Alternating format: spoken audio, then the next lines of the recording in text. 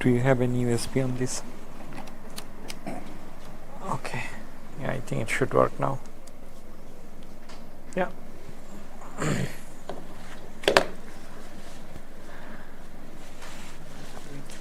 Yeah, I think we have to start at 2:30, right? Okay. Yeah. So I'll give few more minutes.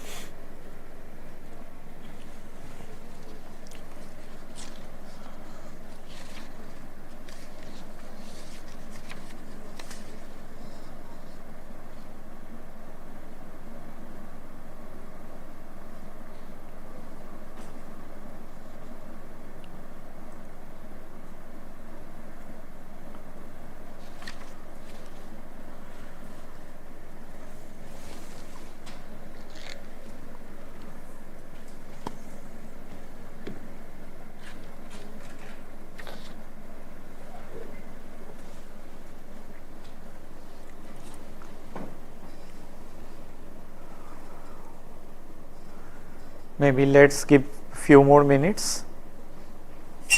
I think this side is almost empty.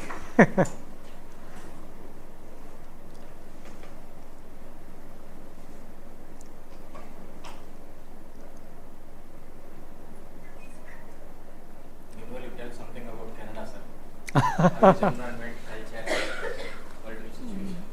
Well, are we recording? so, so I can talk about politics if it's not recorded. Well, Canada, it's a very multicultural country, I would say.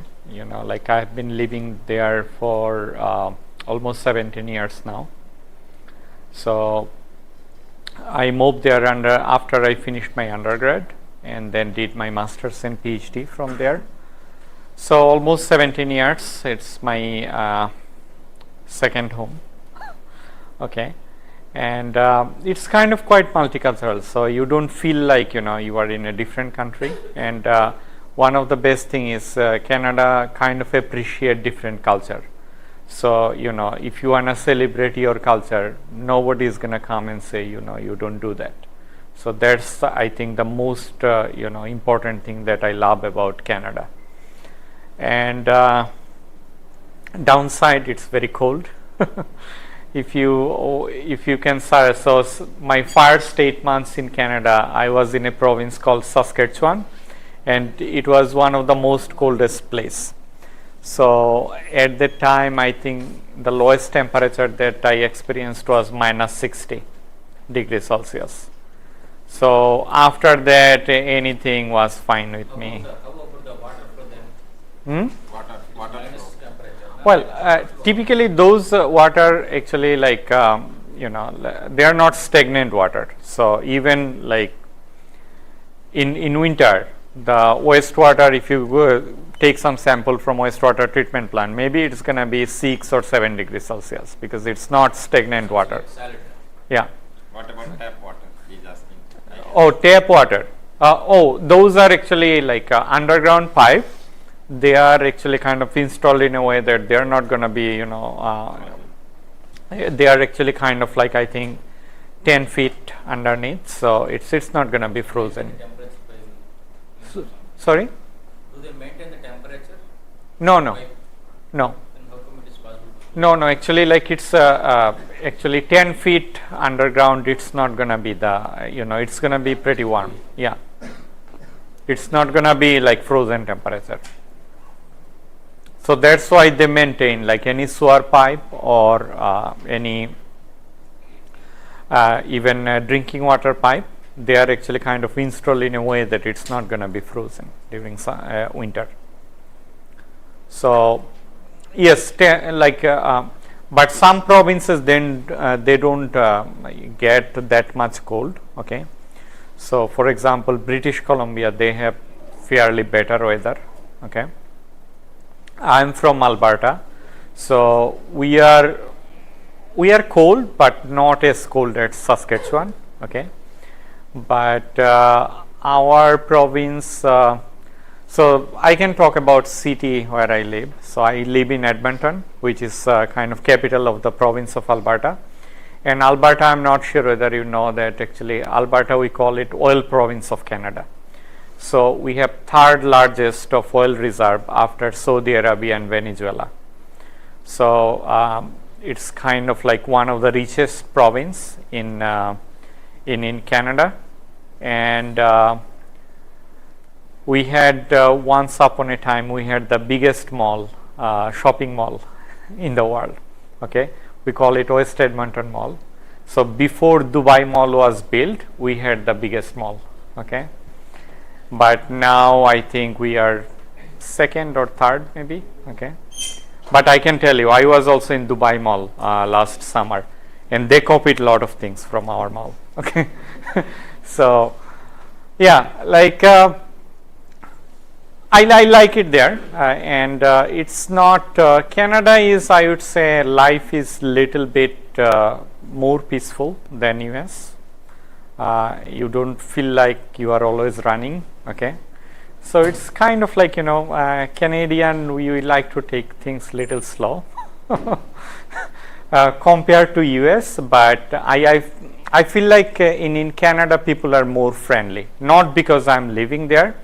I feel like they're more friendly compared to US. US sometimes, you know, like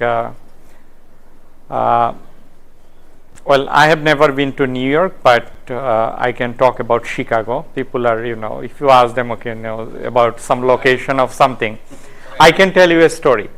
Actually, if you ask about location, about something, then nobody is going to actually answer you in US. If you Chicago, New York, I think people don't even going to listen to you.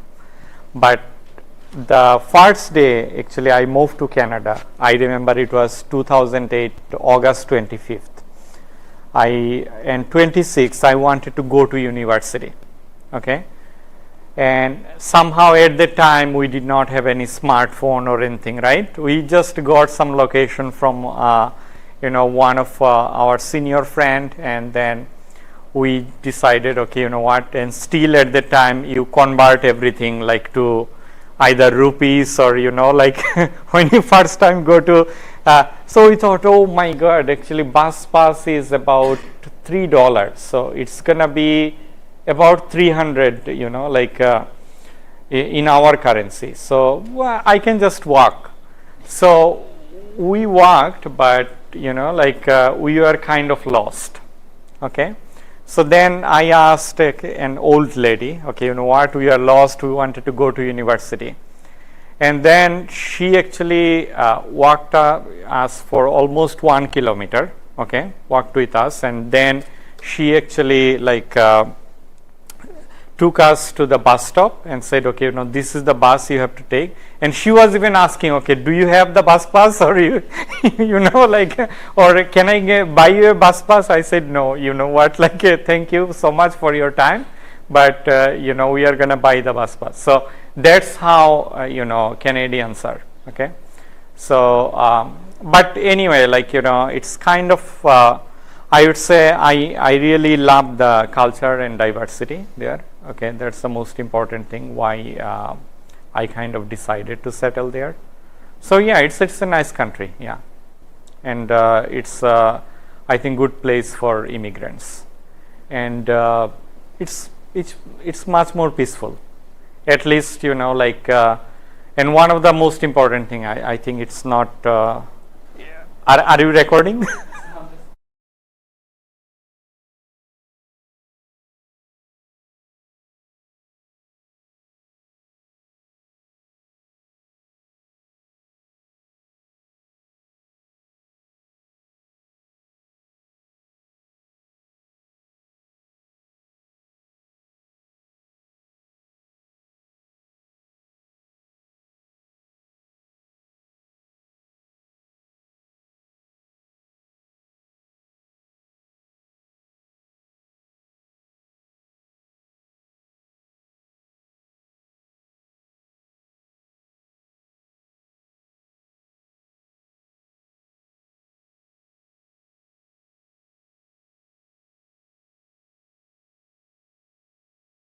Let's start. So now this morning we learned about environmental bioprocesses, kind of more on fundamental side. So how to build half reaction, and from half reaction how we can build overall reaction, and then we learned how we can incorporate cell synthesis, because the whole idea of microbial metabolism is they are going to actually, why they degrade organic compound, because they want to generate energy and then they want to grow at the same time. Okay, so they want to create new cells or synthesize new cells. So that's kind of like the main idea of environmental bioprocess. So now we want to see how that thing can be applied for wastewater treatment, like the whole idea of this GYAN course. So now in this lecture, in second session, we are going to actually learn more about characteristics of wastewater. Okay, so what are the important characteristics that we need to know, okay, to meet or to evaluate whether our process is working properly or not. And at the same time, most of the regulatory guidelines, they are based on some characteristics, and those characteristics are also important for design and operation. Okay, so that's going to be the whole idea for today. So Wastewater is a very complex mix of different types of contaminants. Okay, we can have different types of chemical contaminant, we can have different types of physical contaminants, and we can have biological contaminants. Okay, so under chemical, you can have the main thing, we have organic matter. Okay, and that is kind of like the food for microbes, and we can have like 1,000 different types of organic compound in our wastewater. Okay, and we can have also inorganic material. Okay, different types of inorganic, we can have nitrogen and phosphorus. Okay, we can have different types of emerging contaminants. Okay, different types of emerging contaminants, possibly this morning you learned about microplastics, right? So when actually plastic is going to the environment, they break down into smaller plastic particles called microplastics or nanoplastics. There are many other emerging contaminants, like I think some of you learned about PFAS compounds, right? Nowadays it's a very hot topic in North America. Yeah. And PPCPs, I remember, and every 10 years I can see, like researchers, they like to deal with some new emerging contaminants. Okay. When I was a grad student, at the time PPCPs, like different types of even pharmaceutical compounds like estrol, estradiol, they were like really popular topic for research. And then from 2010 to 20, like now on, mostly people like about microplastic and nanoplastic. And now last 2 or 3 years, people started looking into PFAS compounds. Okay. So emerging compounds are kind of like, it's kind of ongoing. Every 5 or 10 years, we find some compounds and we kind of learn a lot of negative things about that. And then, researchers, they start looking into this. And then, some of the regulatory bodies, they kind of put some regulatory guidelines for these compounds. Yes, yeah. Do you have guidelines for emerging contaminants, some of the emerging contaminants in Canada? Yes. Like European Union? Yeah. So most of the time what happen in Canada, we kind of follow US EPA guideline. So we kind of adopt the US EPA guideline. So like Canada and US, like North America is more like very intertwined. So most of the time, like our regulatory guidelines, they are almost the same in all states and provinces, because some of the companies, they have operation in both. They operate like, even some of the, like my industry partner, okay, they research partner, they kind of also have operation in US, some municipalities. So there are a lot of, I can test to answer your question. Recently, I think Canada, they adopted a guideline for PFAS compound. So yeah, very recently they identified, I think, so there are many PFAS compounds, but I think they selected some of them. I can't recall exactly how many of those compounds, but they considered, okay, total of them concentration cannot be more than 25 nanogram per liter or something. So yes, for emerging compounds, sometimes there are some regulatory guidelines, but typically for municipalities, they are mostly following regulatory guidelines, mostly for, so under physical you have suspended and dissolved solid, and most of the time you are going to see a common guideline is based on COD for organics. Okay, we are going to, I am not going to tell you what is COD, some of you might familiar, but we are going to cover that in this lecture. But now I can tell you, so most of the regulatory guidelines, they are based on organic matter and suspended solid. Okay, so in organic matter, as I said, there could be 1,000 different types of organic matter in your wastewater. Typically they measured as either BOD or COD. Okay, and suspended solid, they are measured as volatile suspended solid or total suspended solid. And most of the I think countries, their regulatory guidelines is 25 milligram per liter BOD5 and 25 milligram per liter SS. I'm not sure about India. 30. Okay, but in our BOD. So so most of the regulatory guidelines, they are based on BOD5 and we are going to learn what is BOD5 in this class, and SS, okay, and SS, and most of the time it's range from 15 to 30 milligram per liter. So if you want to discharge some treated wastewater, okay, in surface water bodies, it has to be below 30 milligram per liter in India.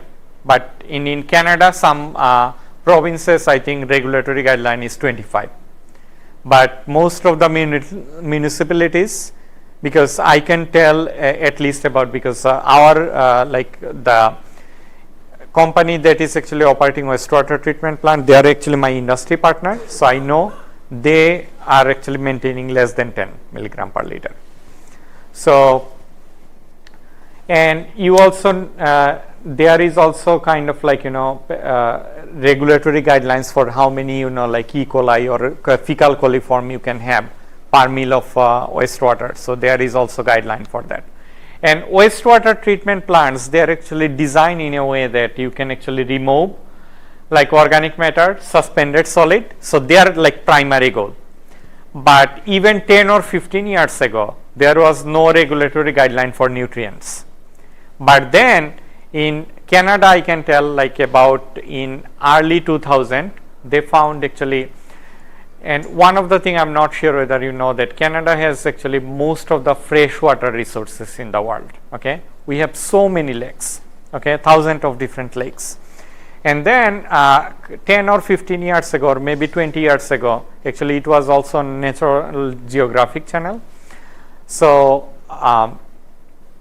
they found in every summer they see some algae bloom, okay, and that is kind of, you know, kind of damaging the water quality.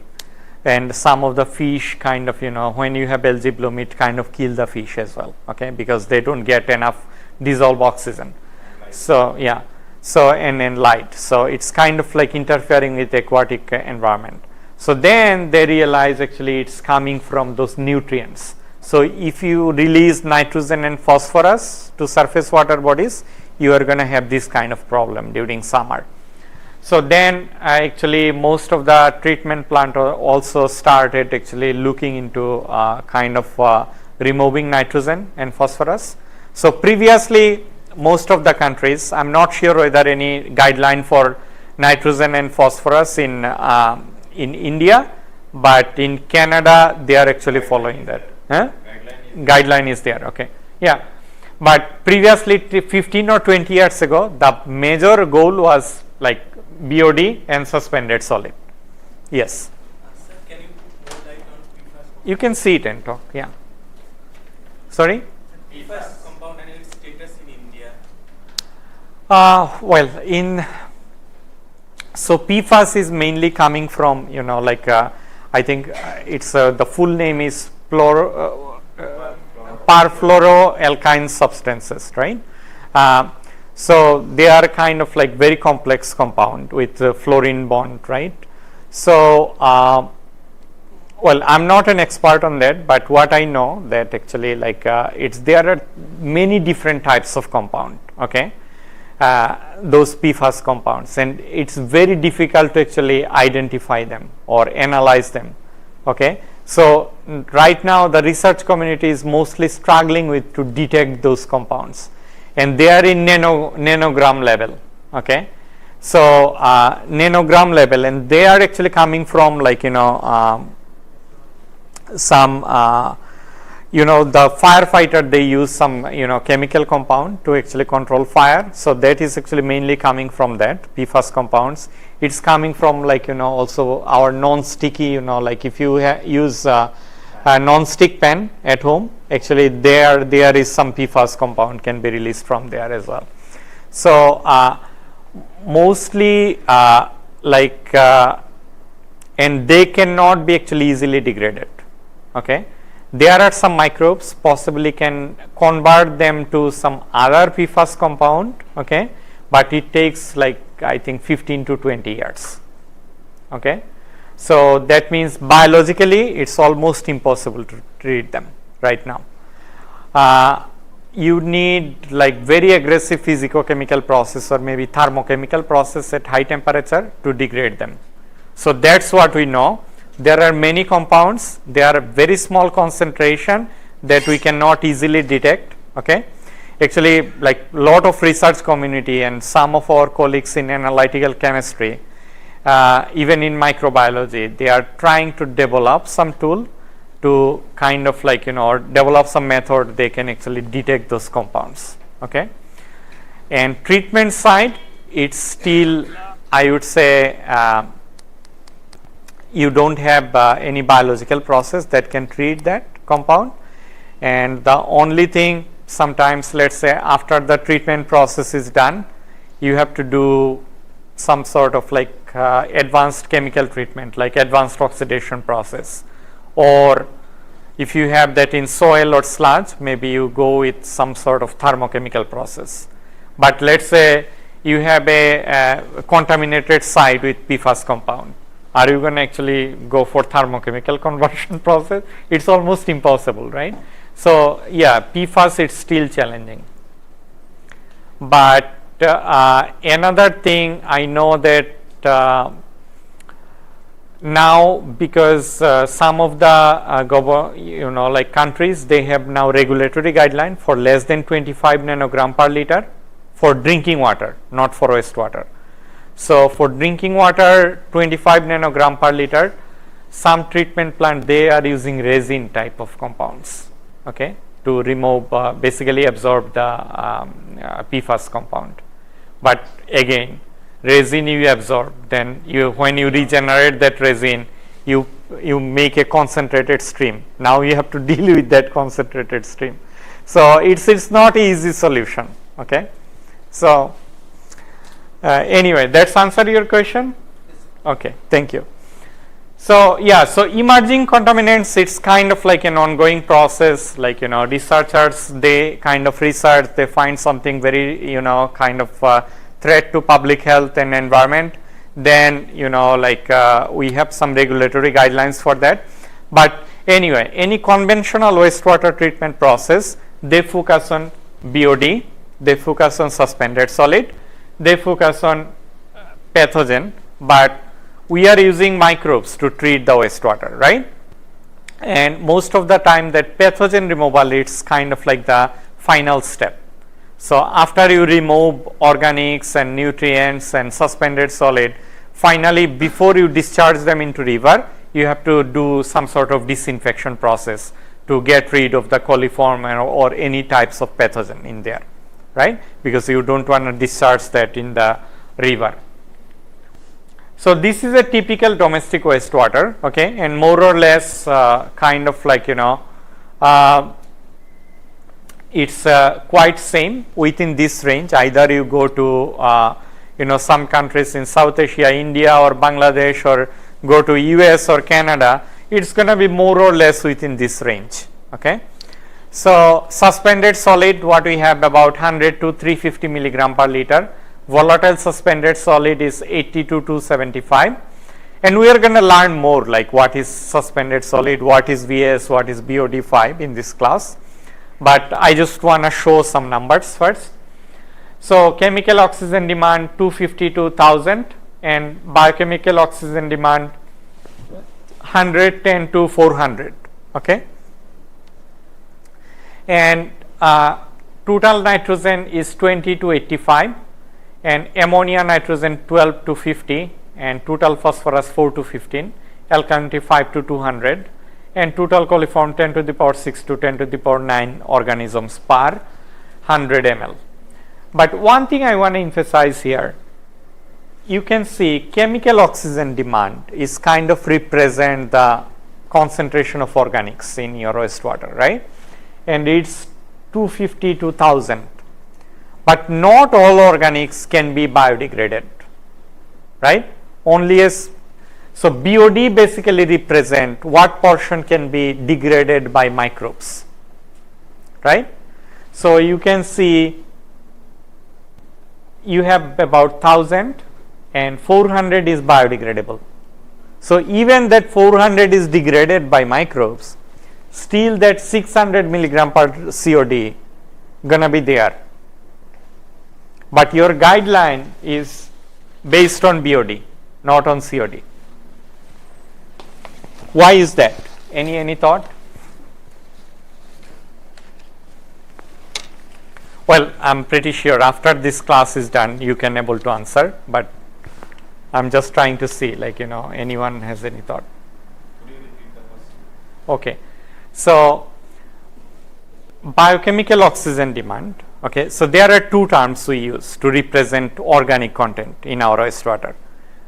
COD. COD is chemical oxygen demand. Chemical oxygen demand is the oxygen demand that can actually completely, if you oxidize all the organic content. Okay. So, and BOD is biochemical oxygen demand. So, this is more like what portion of organics can be degraded by microbes or biodegradable, right? And obviously, if you have like 1000 milligram per liter, only 400 could be your BOD. Okay. So, we can tell 400 milligram per liter is biodegradable. Actually, it's going to be more than 400 milligram per liter because BOD 5 is measured in 5 days, but we are going to get into that. So, still, if you completely remove all the BOD from your wastewater, some COD or organic still going to be there, right? Yes. And you are good if you go less than 30 milligram per liter BOD, you can still discharge. But you still have some organics in there, right? So, why it's not regulated? Because we are focusing here on biological degradation. Because suppose if we do not treat this BOD and that water is going to any surface water bodies, so their bacteria is naturally present even in the wastewater also. So that bacteria is going to eat the dissolved oxygen present in water. Exactly, yeah. So Because now microbes, they cannot actually degrade the COD, right? Because that is not biodegradable. So the problem is when you send the biodegradable organics in the surface water bodies.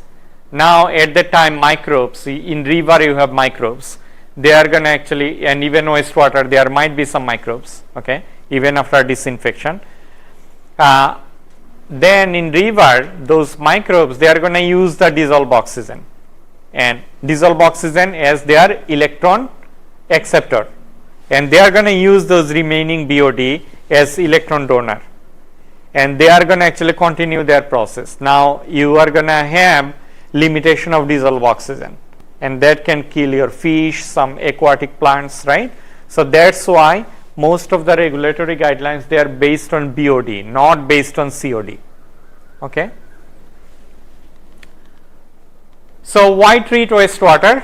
Because if we don't remove the organic matter, then that you are going to see dissolved oxygen depletion in your surface water. Okay. Suspended solid, it can clog the river or channels. Okay. If you have, because there are some suspended solid in wastewater, if you don't remove them, over time they are going to actually clog the river, okay, or they are going to be accumulated in the river, so which is not good, because then actually it's going to interfere with the growth of some aquatic plants and animals. Nutrient, it can actually have summer algae bloom, okay, one common example.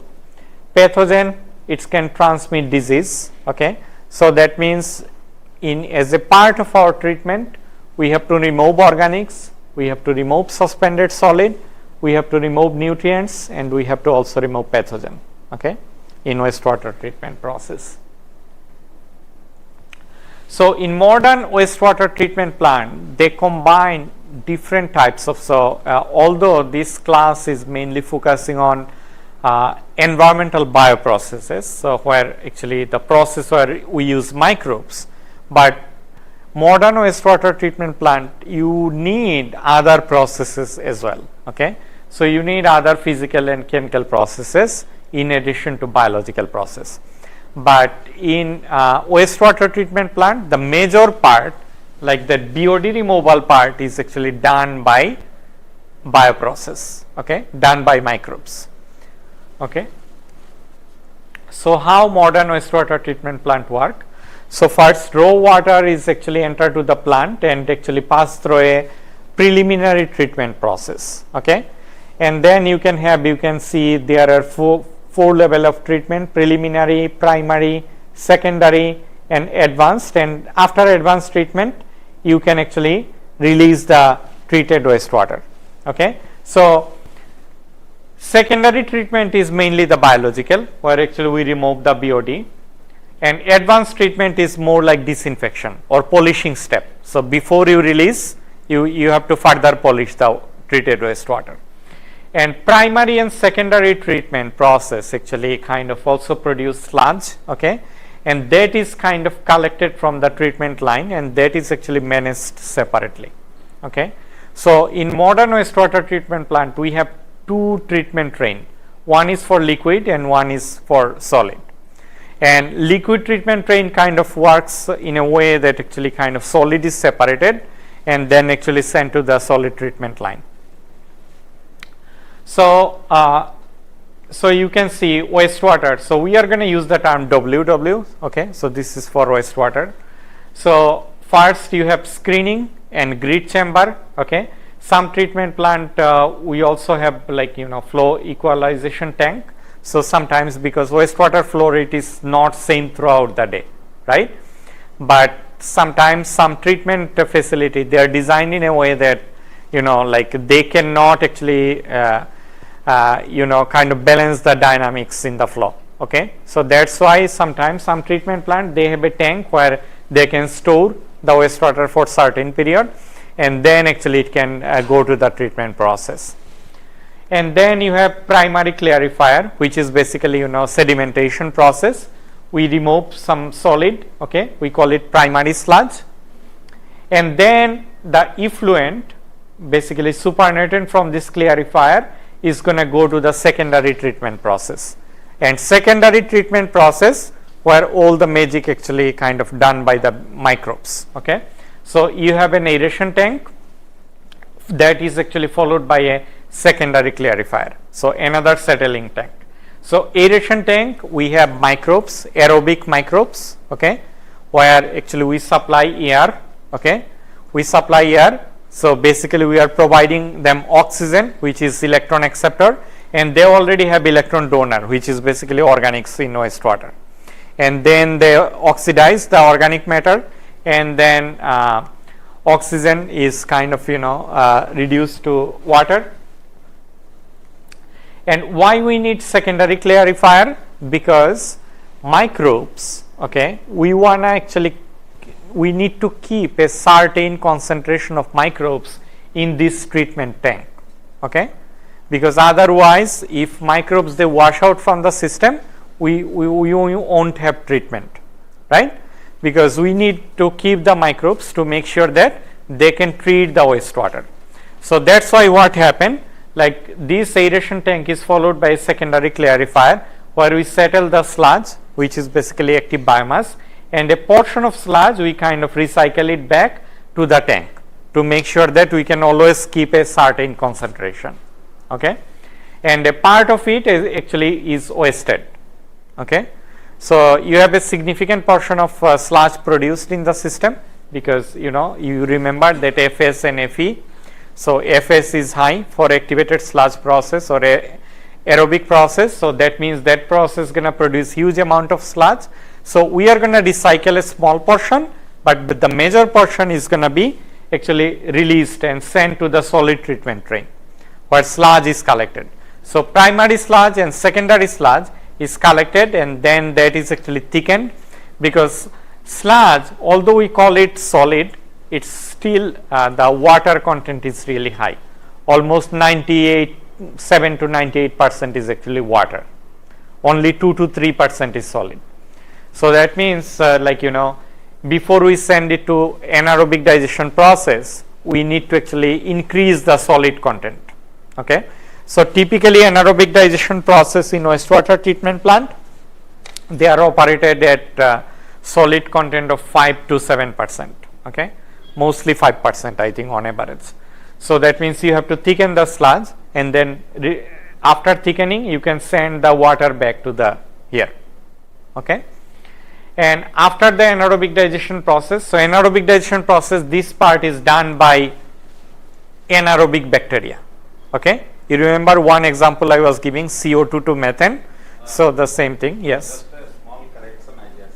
That supernatant from the sludge thickening, it must go to the primary clarifier because you have suspended solid, set level solid also. So Supernatant of this, yeah. no, you can actually directly send it to the aeration tank,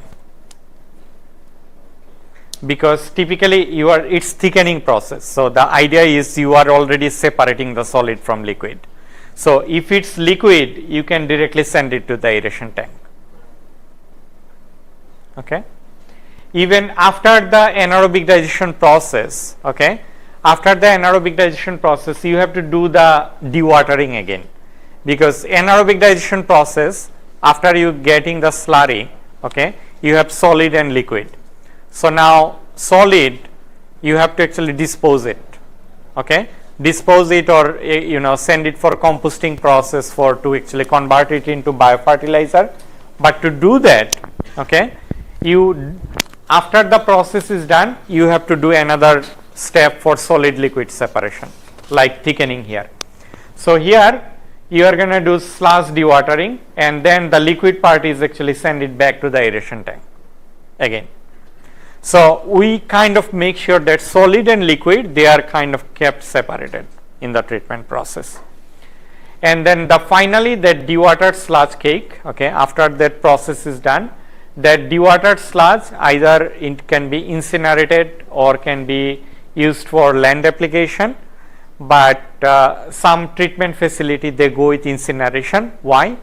Because sometimes the pathogen content could be too high, and it's not going to be safe for direct land application. So that's why they kind of almost sanitize the sludge, okay, by incineration process. But some treatment plant also go for composting. So for example, like the city that I live in, they actually kind of, after anaerobic digestion process, they kind of they separate the sludge, and that sludge is actually used for further composting, and then they actually use that as a compost for gardening, because you cannot directly apply. But this is kind of like most of the centralized facility. But if you go to small wastewater treatment plant, let's say small town, okay, then you are not going to see all those unit processes. Okay, for example, small town, you are not going to see any anaerobic digester. So what they do in small town, they kind of get the sludge, dewater, and send it to landfill directly. That's kind of cheaper option, because to build an anaerobic digestion facility, I'm getting into your question, anaerobic digestion facility, it's quite expensive. Okay, yes. Huh? What is Sludge? Sludge is basically the solid portion of the wastewater, because wastewater you have both like liquid dissolved organics, and at the same time you have some organics in solid. After primary clarifier, it is okay that sludge is solid, but after secondary clarifier, what is present in sludge? So after, okay, I'm getting into that. So after primary clarifier, you are getting rid of solid, but not all. There are going to be still some solid. So remaining solid is going to the aeration tank, and in aeration tank you are producing actually more sludge, right? Because those aerobic microbes, they degrade organic compounds, they are actually producing more cells, right? So now you have that suspended solid that coming with wastewater. Now you have more biomass that is actually produced during the process. Now they are mixed together. Okay. So yes, primary clarifier, we are removing some of the part of the solid. Okay. But still we are going to have more solid in secondary treatment process. That's answered your question. Okay. So let's see little bit, let's have a deeper look into different level. So preliminary treatment, it's mostly physical process, okay, and we have two process, screening and grit removal, and that process mostly remove large inorganic particle or small inorganic particle. So for example, screening process actually remove large floating debris, like Wastewater, you could see lot of different other stuff. Wastewater is not necessarily just coming from your home or something, right? There could be lot of other material there, depending on like how the sewer network actually work in your city. So there could be lot of larger inorganic items in there, like there could be like plastics in wastewater, right? Large floating debris. So before, in the very first process, in preliminary treatment, we get rid of them. And why is that? Because we want to make sure that they don't interfere with the downstream processes, okay? Because if you send plastic in biological process, plastic actually not good for microbes, right? Because plastic, there are some additive material. Over time, they can leach some chemical, and that can actually inhibit microbial activity. So that's kind of like simple thing. But some of those material can also create some operational issues, right? So it can clog the pipe, or some other things could happen. And so that's why screening process remove them. The second process is grid chamber. So grid chamber is kind of separate inorganic particle, small inorganic particle. Like you can have a lot of sand and other, like broken glass or some other stuff in there, right? In wastewater. So grid chamber kind of separate them.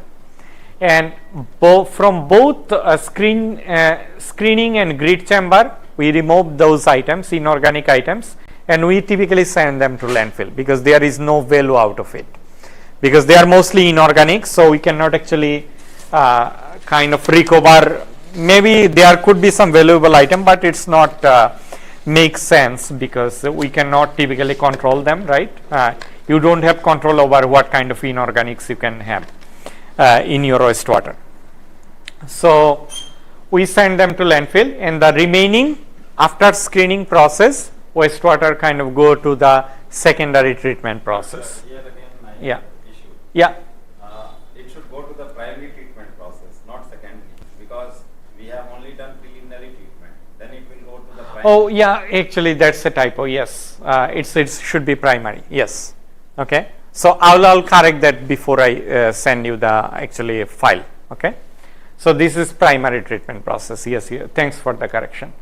So primary treatment process. Then after screening, you send the screened water to the primary treatment, which is another physical process. Okay. That is done by gravity settling. Okay. Sometimes actually chemical coagulants are added. And why chemical coagulant? Because sometimes settleability of the suspended solid that you have in your wastewater, it's not good, okay?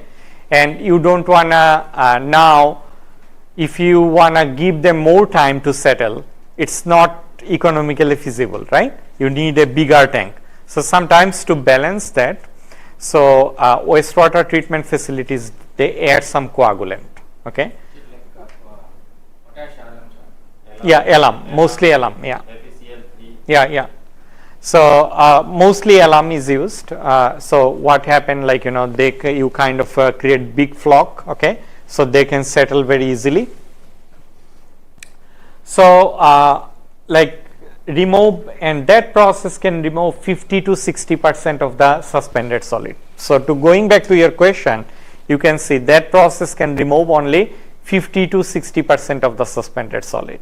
So that means 50 to 60% suspended solid still gonna be there when it's 40% of BOD also. Yeah, and 40% of BOD. So suspended solid, a small portion could be BOD as well, because BOD it's not just soluble. Okay, so we are gonna get into that characteristics. So and minimum 2 tanks are used for continuous operations. So in wastewater treatment plant, you're gonna see multiple tanks. Okay, and why is that? Because sometimes your one tank could be down, right? So other tank you can still operate that. So typically they have one as a backup, or like sometimes they have to do maintenance for other tanks. So, and it's considered that when we do primary clarifier or any engineering design calculation for primary clarifier, we kind of consider that there is no biological activity in there. Okay, so this is purely physical process, but in reality there might be. okay, because we don't have control over that. And detention time, typical range for primary treatment process, it's 1.5 to 2.5 hours, okay, but typically is 2 hours is recommended. Now secondary treatment process, which is biological process, and that actually remove organics, okay, as BOD, and most of the treatment plant use aerobic activated sludge process. Actually that process was developed in, I think, 1914, okay, so more than 100 years ago in UK that was first developed, and that process actually still works, okay. Most of the wastewater treatment facilities worldwide actually they use this process, okay, and still even after 100 years later, no other process can actually compete with that. Okay, so that is actually but one of the major but the major problem is footprint and operation, okay. So footprint, so in activated sludge process you have active aeration, okay, so basically you have to supply air in the process, and that is actually quite expensive, okay. A few years ago there was a report that actually aeration in all wastewater treatment plant across Canada. So in Canada we have about 3,000 wastewater treatment plant, okay, including small and big, and all of them aeration cost about $2 billion every year, okay, so it's not a small number. So but so that's why sometimes like small scale wastewater treatment facilities they go with some other option, like some treatment plant they have trickling filter, they have some treatment plant have rotating biological contractor called RBC, some treatment plant use fluidized bed reactor. For industrial wastewater treatment there is a actually reactor, upflow anaerobic sludge blanket reactor, or USB. Actually that is actually developed in 1970s in Netherlands for industrial wastewater treatment, and that is actually still kind of very popular design for industrial wastewater treatment, okay. So some small scale facilities they go with other treatment processes, and actually in our tomorrow's lecture I am going to provide some detail on that, okay. So we are going to cover little bit more detail how those different processes actually work, because today I want to focus more on characteristics.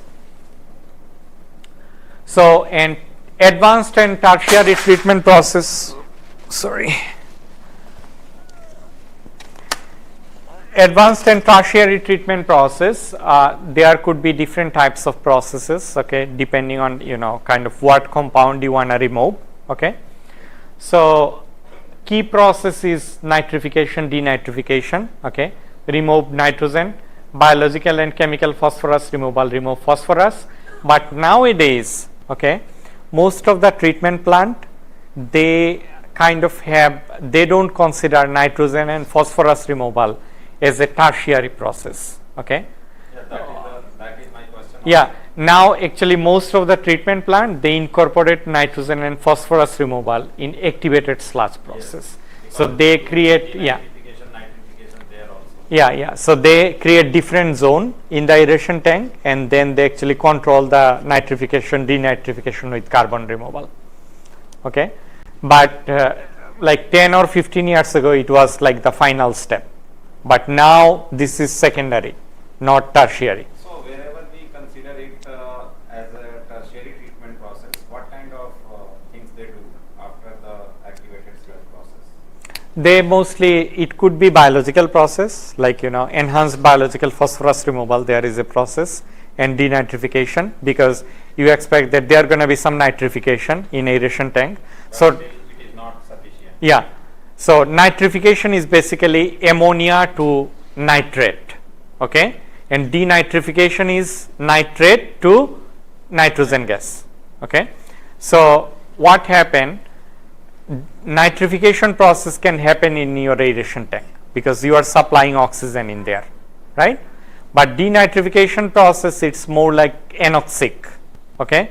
Some people also call it like anaerobic, but it's anoxic process. So anoxic process I think practice problem 2, we kind of learned about denitrification, right? Nitrate to nitrogen gas. So for that process, it's kind of like you have to provide exogenous electron donor there, because the BOD or organics that you have in your wastewater, it's not enough for denitrification. So sometimes some treatment plant, they have like denitrification as a tertiary treatment process. And there is another biological process called enhanced biological phosphorus removal, that is also was like tertiary treatment.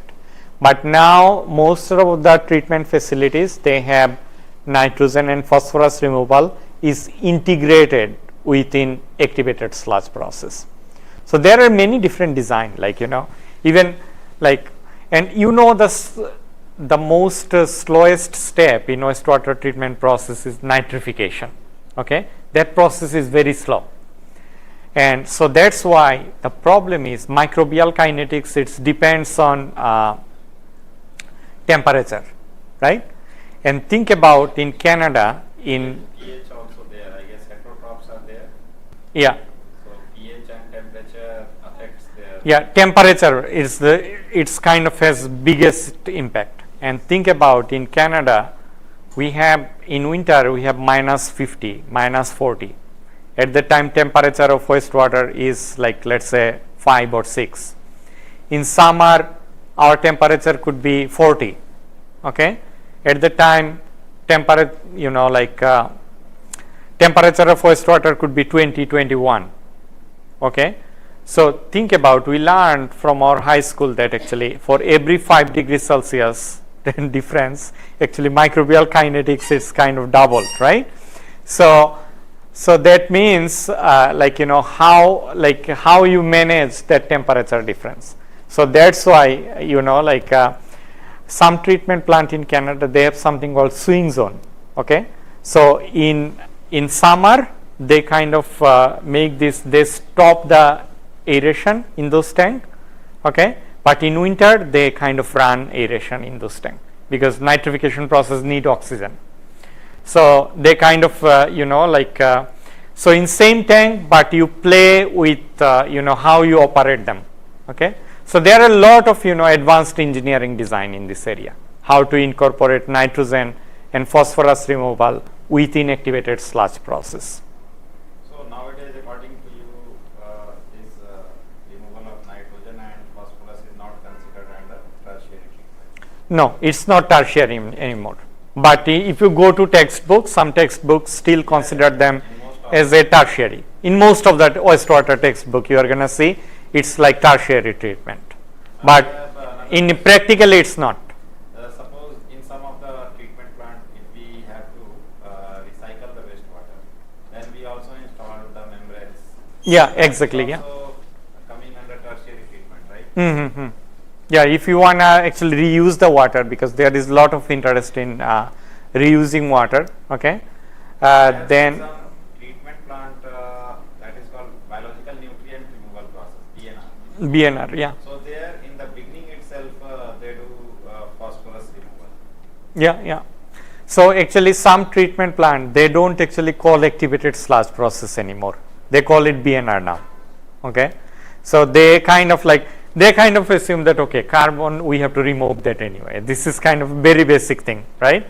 So that's why they call those even our wastewater treatment plant in our city, they call it BNR. They don't even talk about activated sludge process anymore. We discuss the unit operation part in BNR. Actually, you know what, maybe I can incorporate that in tomorrow's lecture, okay, and show how we can control different like BNR, or how we can incorporate nutrient removal in conventional wastewater treatment process. Okay, yeah, thanks for that. I think that would be a very good addition to that. So typically, actually, let me tell you, like some of the content that I am covering in this class, maybe I have 3 or 4 lectures. But here I have to compact everything within 4 days. So that's why I'm trying to kind of share like the most important information that you need to know or the most fundamental thing that you need to know, but please feel free if you think anything that you want to learn more. Okay, we are here to learn together. Okay, so please feel free to ask any question. So and disinfection, it's kind of like mandatory. If you want to release some wastewater, treated wastewater, you have to make sure that there is no pathogen is not there. But depending on, you know, like regulatory guideline, there could be some other tertiary treatment process, like, you know, mostly polishing step. There could be granular media filtration, there could be ion exchange, there could be advanced oxidation. So let's say, you know, some city or some province in US or Canada, okay, they put a guideline for PFAS. Now wastewater treatment facility, they don't have any choice, right? If they wanna, because if they run, if they wanna operate their wastewater treatment facilities, they need government approval, and they also need to submit report, right? Their performance report, like, you know, their how effective is their treatment processes. But now if they have a regulatory guideline for PFAS, we know that actually regular biological process cannot remove that. Now disinfection is only going to kill pathogen, right? So that means they need one of those process here to remove PFAS compound. Sir, activated carbon means absorption? Absorption, yeah. So if you have any compound, like, you know, even we know that sometimes microplastic or nanoplastic can be removed with actually absorption process. Smell. Huh? Smell. Yeah, even odor, yeah. In your opinion, these polishing steps are all under tertiary treatment? Yeah, right? yeah. And suppose we have done the disinfection, Mm-hmm. then we can pass that water to these processes, right? No, typically disinfection is the final one. So if you have a polishing step, this has to be before disinfection. So disinfection is always the final step before you release. But sometimes the question which I asked you, suppose if we have reverse osmosis membrane Mm-hmm. and we want to recycle that water, Mm-hmm. or suppose washing some trains or buses, so in that case I have seen they do the disinfection first, then they pass that water to the reverse osmosis. Yeah, it depends on, like, you know. If we do not do suspended solids and pathogen will stuck to the membrane, Mm-hmm. and you know, then biofouling will happen.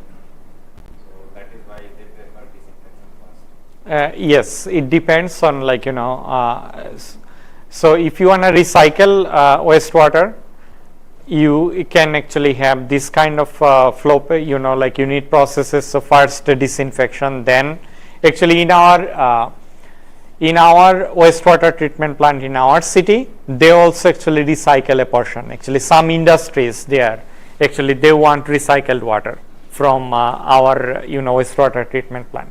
So they have actually membrane process after disinfection, and the part is actually going to the industry. But majority, if you are directly dumping to the surface water, then disinfection should be the final step. You don't want to do any other step.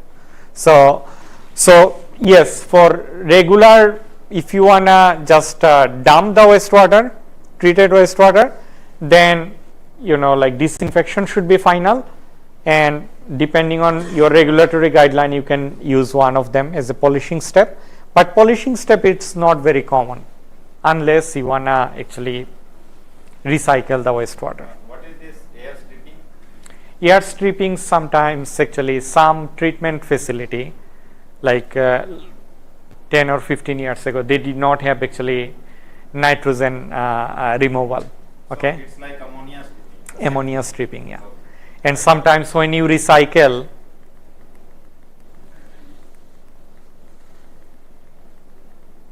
so sometimes when you recycle that stream after dewatering, actually it contains lot of ammonia, because anaerobic digestion process, it's break down the solid. Okay, so biomass, it get lot of protein. So when you break down those biomass, it releases lot of ammonia. So when you actually send this stream back to the aeration tank, there could be lot of ammonia there. Okay, and if you don't have BNR included in there, then ammonia gonna be in your final wastewater. So then you need some process to remove that ammonia. Ammonia is odorous, plus ammonia can actually kind of create some problem for especially depending on pH and temperature. It can be in the form of free ammonia gas, which is toxic to microbes. Okay.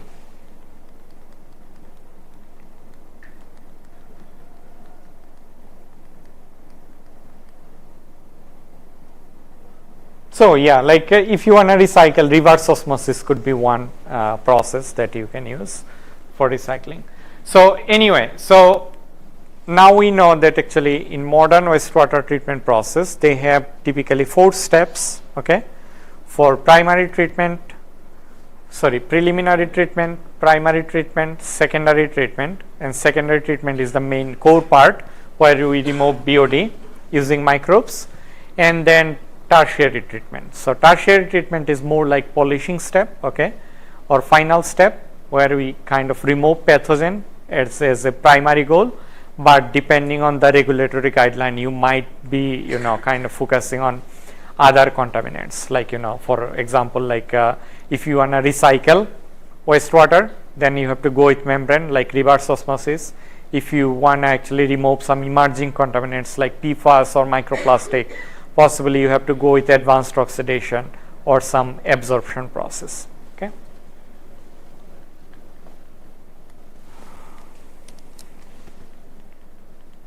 Let's start. Oh, its battery is running low for laptop.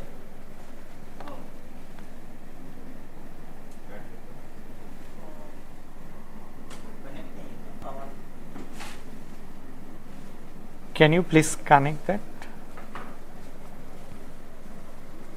It's connected here. What happened?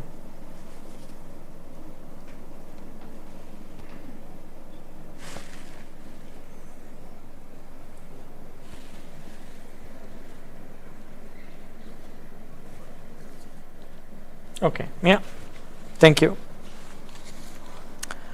All right, so let's move on. And so this is for liquid treatment, but we know that actually sludge is going to be separated from primary clarifier and secondary treatment process, and then sludge is typically treated in biological process like anaerobic digestion process, but we need to actually thicken the sludge. Otherwise, we are going to need a very large reactor, right? Because that part is for solid, not for liquid, right? So we want to make sure that the sludge is more concentrated.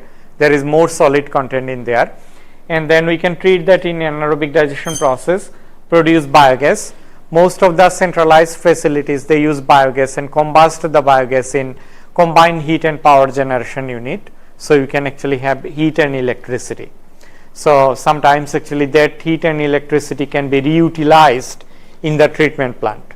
Okay, so electricity you need for different operation, like running pumps, you need electricity for office buildings. Heat can be actually reutilized for heating the digester. So typically anaerobic digestion process is done at 35 degrees Celsius. Okay, so that means you need to actually provide heating. So sometimes actually in Canada in winter we need building heating as well, right? So sometimes the biogas is reutilized in the facility. But some treatment plant also use incineration. Okay, as I was telling that actually you cannot, yes. I have another question. Just like problem you have in Canada for wastewater treatment due to the temperature difference in summer and winter. So how do you deal this anaerobic digestion? Because in winter microbes cannot grow. No, we actually, it's always heated. We maintain a certain temperature, 37. You have heating maintenance. Yeah, it's throughout the year we maintain same temperature. Yeah. Okay. So yes, like in winter you have to, in winter it's extra cost, yeah. But in summer maybe you have some surplus, yeah. So that's why, like in summer you don't need heating. So that's why there is lot of interest. Instead of actually like burning biogas in CHP plant, if we can actually upgrade that biogas to renewable natural gas. So now you can just inject in the grid. LNG or Yeah. So that's why there is, so this is kind of nice to see how industry is shifting. So nowadays in Canada, there is lot of interest and there is many project on how to convert biogas, not just coming from digester, even from landfill. So how to actually convert that gas to renewable natural gas. So typically biogas you have 60% methane, okay, and 40% carbon dioxide. So you have to remove actually carbon dioxide, okay, and there are some other impurities like sulfide, yeah. So after that, actually when you have 95 to 97% methane, you can actually directly inject that in the grid, natural gas grid. So there is actually a lot of interest on that. Okay. Actually, some of my research is on also focusing on this. Actually, I'm giving a research seminar. I'm not sure whether so they are going to know about the research seminar. Oh, in the department. Okay. Yeah. So. All right. So, so although I'm just talking about here anaerobic digestion process and incineration, there are some advanced processes. Okay. So, for example, like there in these days there is lot of interest on instead of even going for anaerobic digestion process, if we can actually go for some advanced thermochemical conversion process, like there is a process called hydrothermal liquefaction, okay, or HTL. So we can actually convert at high temperature, we can convert the sludge into biocrude. So more like actually crude oil, okay.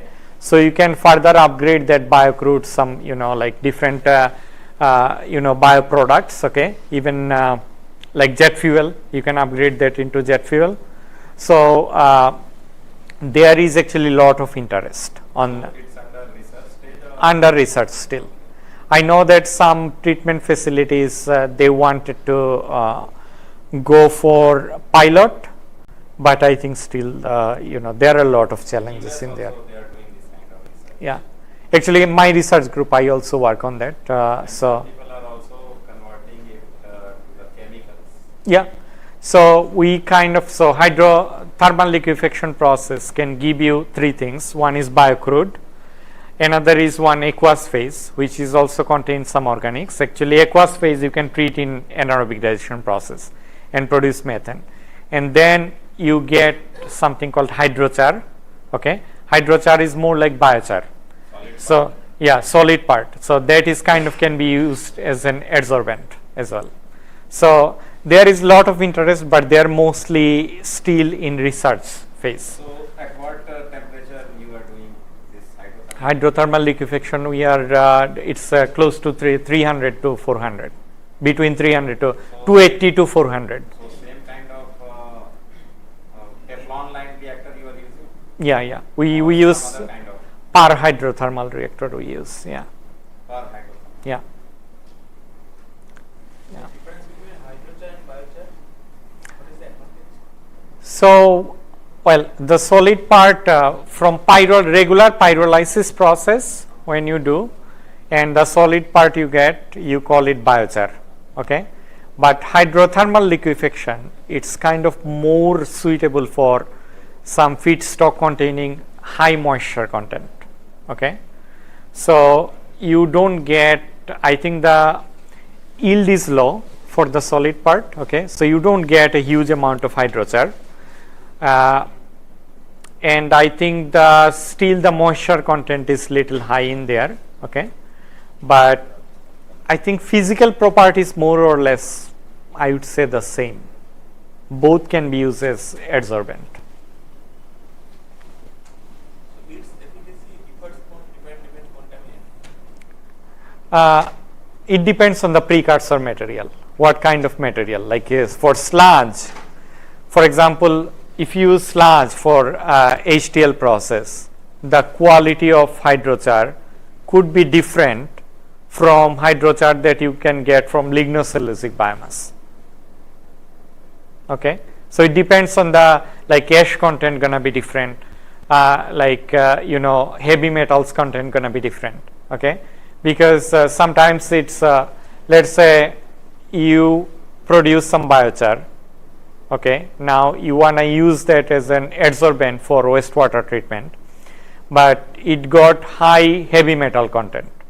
Now, yes, you are removing some contaminants, but at the same time that is actually leaching some heavy metals in your wastewater. So now you are actually creating another problem, right? So yeah, but yes, those things are still in, I would say, in research stage. But some researchers, they are trying to do pilot, okay, but it's quite challenging. Actually, thermochemical conversion process, I think it's stopped.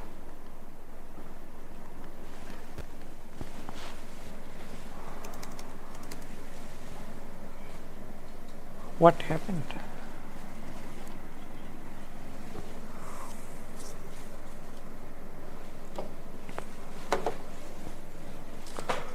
Sir, if I want to treat the heavy metal fluid, so the biochar will be more efficient than the hydrochar. I can tell. I can't answer that, honestly speaking. It's hard to tell. Heavy metal removal. Mm-hmm. Bioabsorption is a process. Yeah. Some sort of bacteria. They adjust on their membrane, cell membrane. So if I understand you correctly, so your question is to remove heavy metals, Yeah. which process is efficient? Yes, more efficient. By making hydrochar or biochar? Honestly speaking, I don't know the answer. Okay. Another solution is that bioabsorption is a process. Bioabsorption, yeah. Yeah, I think you are planning to actually cover bioabsorption. Yeah, bioabsorption. Yeah. So we can actually use remove heavy metals using bioabsorption. Yeah. So that can be one process, but hydrochar and biochar both can be. To answer your question, okay, first of all, I don't know which one would be efficient, but both are good adsorbent. So both biochar and hydrochar both are good adsorbent, and both can actually work. But again, you have to the performance of biochar and hydrochar, my understanding, it depends on the precursor material, like what kind of material you are using to actually kind of synthesize those biochar or hydrochar. So for example, like so hydrochar is actually they are coming from two different thermochemical process. Okay, so biochar is coming from pyrolysis process, and hydrochar is coming from hydrothermal liquefaction process. Okay, so thermochemical conversion process, they have there are many different kind of thermochemical conversion process. Okay, so they kind of vary in temperature, they vary in some process they are done in presence of oxygen, some process are done in absence of oxygen, right? So depending on the how you manipulate the process, you end up with different distribution of different types of product. Okay, but more or less all processes gonna give you a liquid stream, okay, an oil stream, okay, some solid and some gas, but their yield could be different. Okay, so hydrochar and biochar, they are coming just from, they have quite similar properties, but they are coming from two different processes. Okay, all right, so let's move on.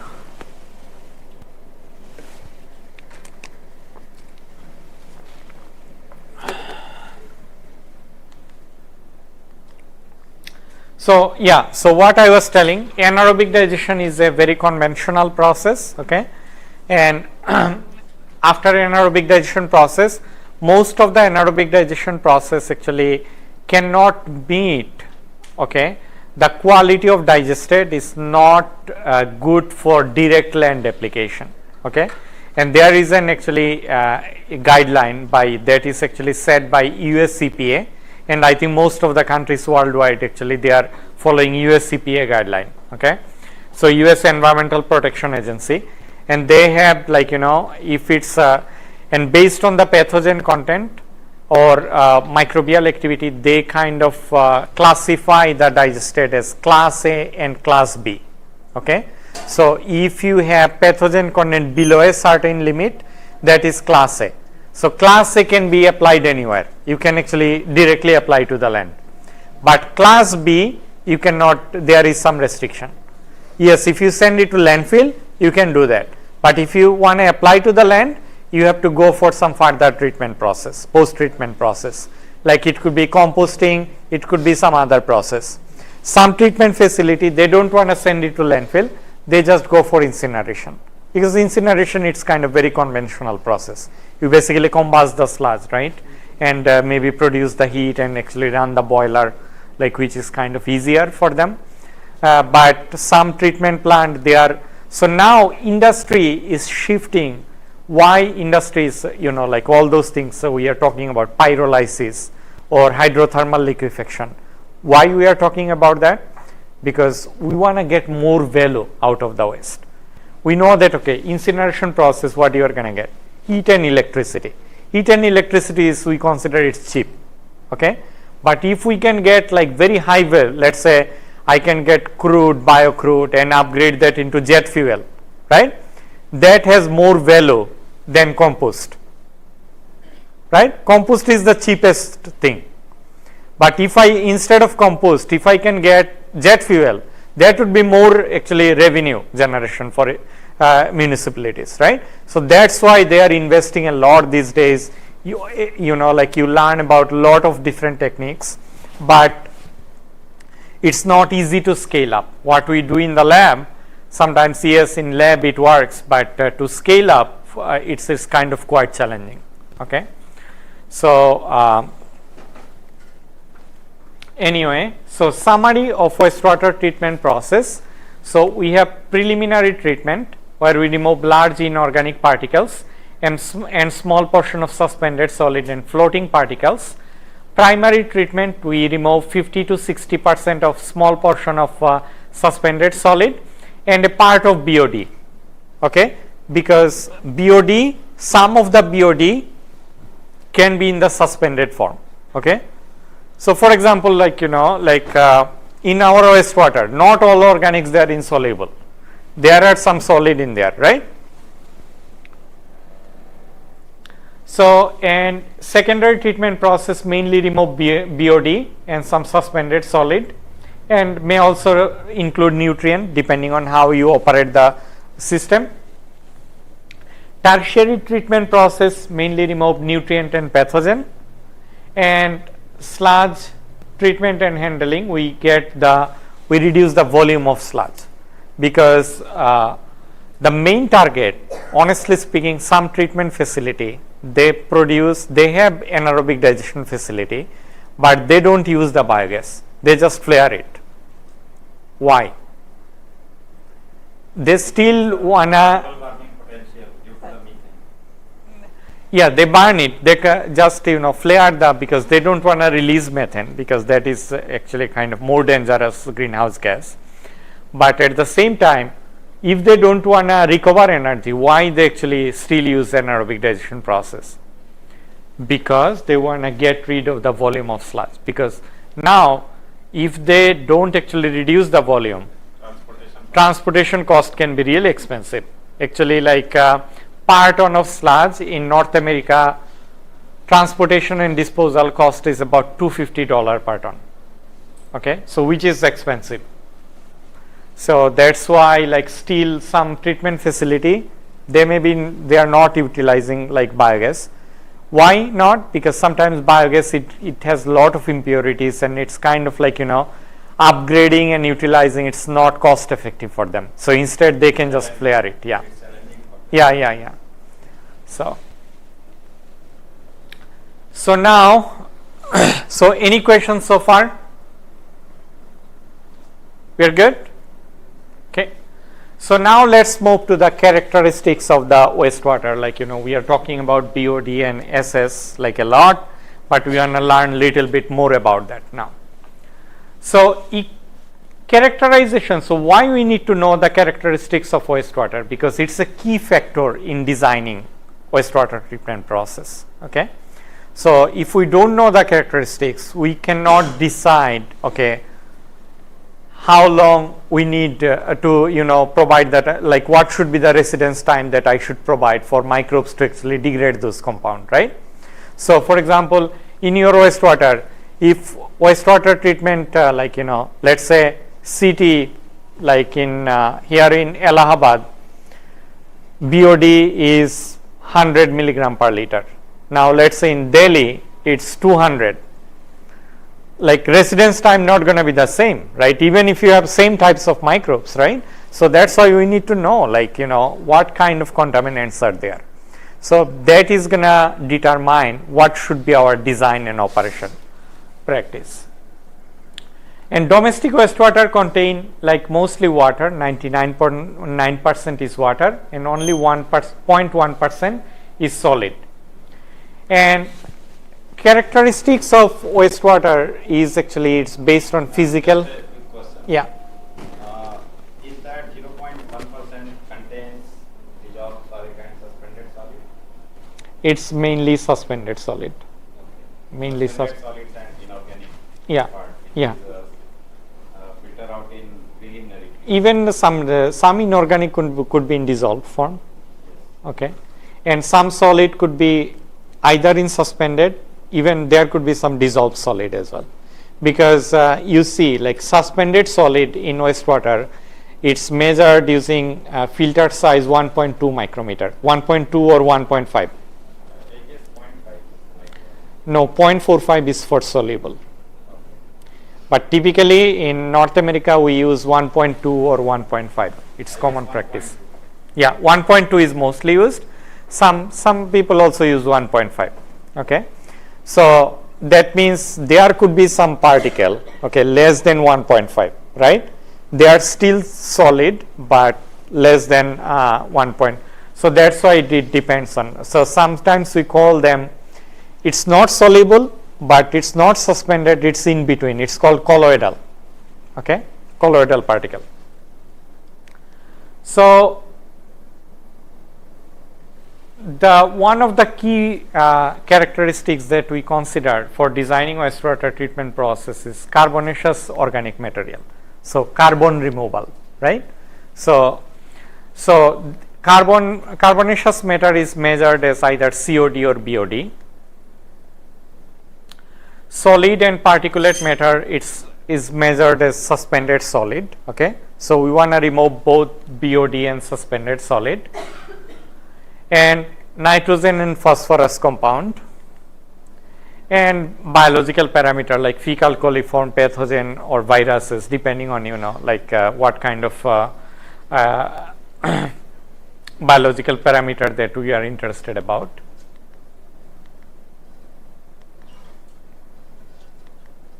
So now let's talk about, so can we take like maybe 5 minutes break and then continue? Okay, so let's take 5 minutes break. Yeah.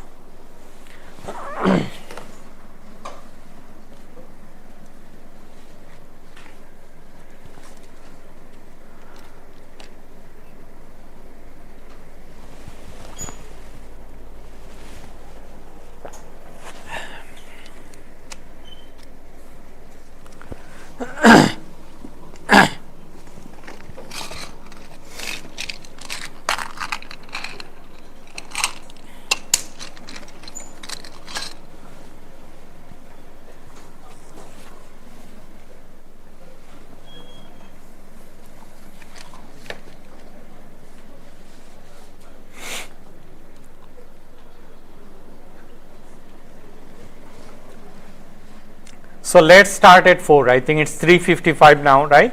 So let's start at 4.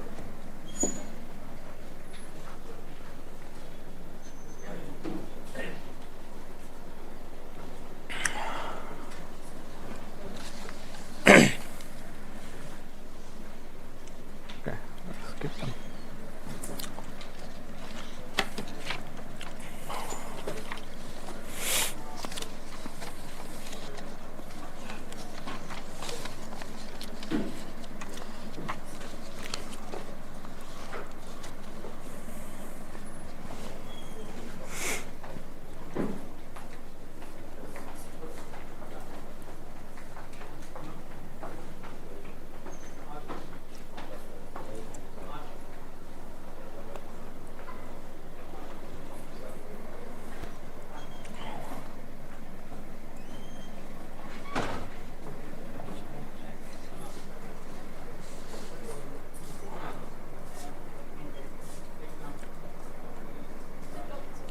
Huh? To talk?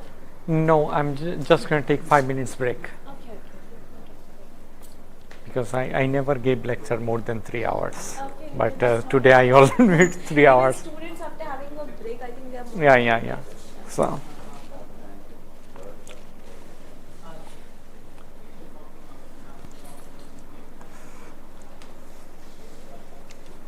but I like it actually. There is a lot of interaction, so That is which is good. Yeah. That is what we look for, because otherwise it will be a Hmm. regular lecture.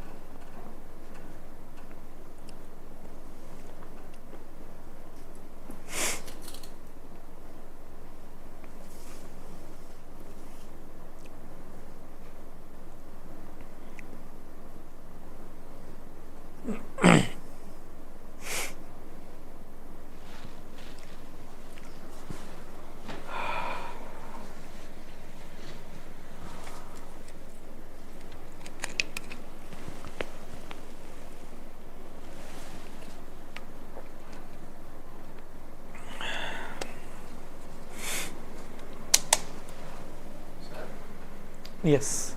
in Canada, the ambient temperature is very less. Sorry. Ambient temperature is very less in Canada. It depends. Like for example, in summer it could be as high as 40 degrees Celsius. That also is possible. Huh? That also is possible. Yeah. Actually, like typically in July and August, those are like warmer months. So sometimes it could be even, I think in 20. Is it energy source for you, sir? Huh? Energy source for you in Canada. In Canada, so we are mostly for heating we use natural gas. So most of the houses they are actually gas heating. You have gas reserves, sir. Yeah, it's mostly gas heating. So most of the house they have furnace that use actually natural gas. Tidal energy and hydroelectrical energy is not possible for you. So hydro. That is water. Water flow. Oh no. Yeah, that's not possible. And solar, do you practice? Solar. The problem is, well, there is some sort of mixed opinion. Okay, why? Because let's say we have 6 months winter, and during that time daytime is actually very short, right? We don't have enough sunlight, and sometimes even you have sunlight, those solar panel gonna be covered with snow. So now almost 6 months you cannot use them. So now the question is whether you want to invest for something that you can actually use for 6 months.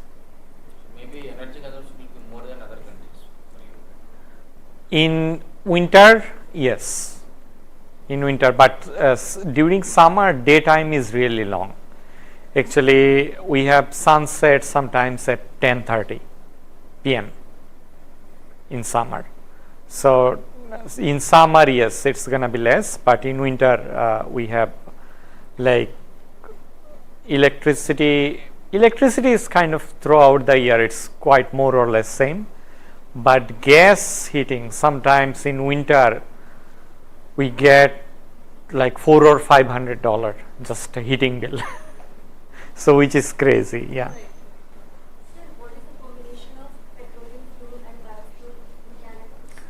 So, well, for car, so there is actually mandate that so we use octane, okay. So the mandate is actually at least 5 to 10% gonna be actually mixed with biofuel like ethanol. So there is a mandate. Some provinces they have 5%, some provinces they have 10%. So yeah, 5 to 10% I would say. But other renewable energy, as I said, like solar, it's still kind of like there are mixed opinion. There are some companies they are trying to promote, but people are very skeptical about that, like whether they want to actually really adopt because now the upfront cost it's like electric car that we are like you pay more upfront, but you don't know whether you are going to get that value or not, right? So Installation cost. yeah, installation cost is really high.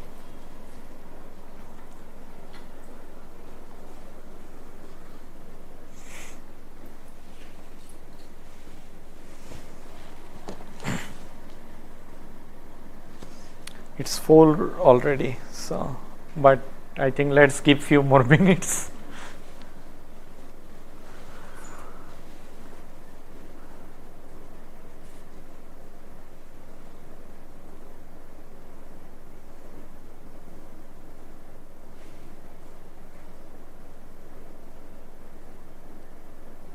Do you have any idea in this? Recalcitrant compounds. Sorry? Recalcitrants. Yeah. Do you have any idea on this? Like what kind of recalcitrant compounds here? Just heard, I'm not sure. Materials which cannot be biodegradable. So that could be actually under the part of COD, right? You see a big difference between COD and BOD.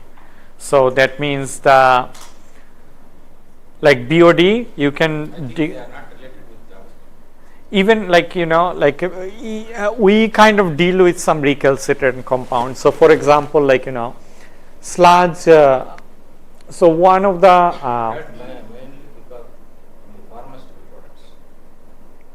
sorry, Pharmaceutical process. yeah. Most of them would come from those pharmaceuticals. The ultimate solution for them is land filling only. Okay. But I remember.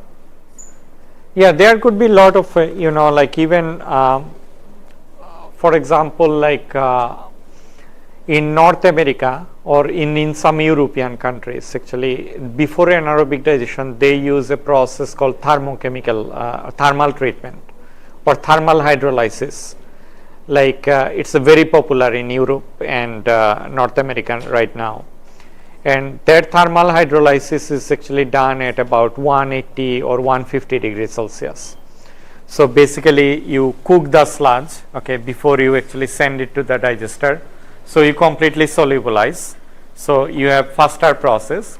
But then people realize actually at high temperature, actually there are many compounds formed. Actually they are recalcitrant. So yes, they are soluble, but they are not actually degradable. So that means they are going to be in the effluent. So yeah, and some of them can be actually toxic to the microbes as well.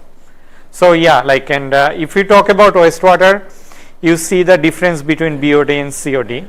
So that organics, okay, that is part of COD but not as a part of BOD. That means that is organic but cannot be degraded, right? So if anything cannot be easily degraded, we call them recalcitrant compounds. I think we can continue, right? So okay. So now, so we learned that actually wastewater is characterized based on COD, BOD, suspended solid, nitrogen and phosphorus compounds, and different types of biological indicator like fecal coliform. And now carbonaceous matter. So carbon removal is one of the actually primary goal of wastewater treatment, because we don't want to actually release biodegradable carbon to the environment. And there could be tons of 1,000 different types of organic compounds in your wastewater, and it's not possible to track everything. So that's why we use a term called oxygen demand. Okay, so this is an indirect measurement of organic matter that we have in our wastewater, because we kind of consider that, okay, if we have organic compound, we can actually oxidize them, right? So we can convert in using oxygen, and we can convert them to carbon dioxide and water. So COD, so basically COD is defined as oxygen demand, how much oxygen you need to completely oxidize that matter or compound. And that can be actually theoretically measured if we know the chemical formula of something. Okay, like in the morning we are talking about chemical formula. If you know the chemical formula, we can theoretically measure, okay, what would be the COD. But definitely, like there could be tons of different types of organic compound, and we cannot measure. We are not going to know chemical formula for each of them, right? It's not possible. So we can actually measure them using analytical technique, either COD and BOD. But for COD, if we know the chemical formula, we can actually measure theoretical COD equivalent for those compounds. And how to do that? Again, like as we did in the morning, we can actually establish some reaction, okay, and then from that reaction stoichiometry we can calculate what would be the COD, right? Because COD is mainly oxygen equivalent. How much oxygen is needed to completely oxidize this organic compound? So now let's say an example, C4H8O2, okay. So if we want to completely oxidize that compound, okay, so we want to produce carbon dioxide and water. So let's see how we can actually balance that. We have 4 carbon, right? We have 4 carbon. So that means we are going to produce 4 mole of carbon dioxide, right? And 4 mole of carbon dioxide. And now we have to balance 4 mole of balance oxygen, right? So now we have here, balance actually balance hydrogen, right? So 8. So that means 8 hydrogen here. So that means we need 4 mole of water. Now we can do the oxygen balance, right? First we balance the reactant, the product, and then we need oxygen, right? So we have 2 oxygen here, and here this side you see 8 plus 4, so 12. 4, yes, 12.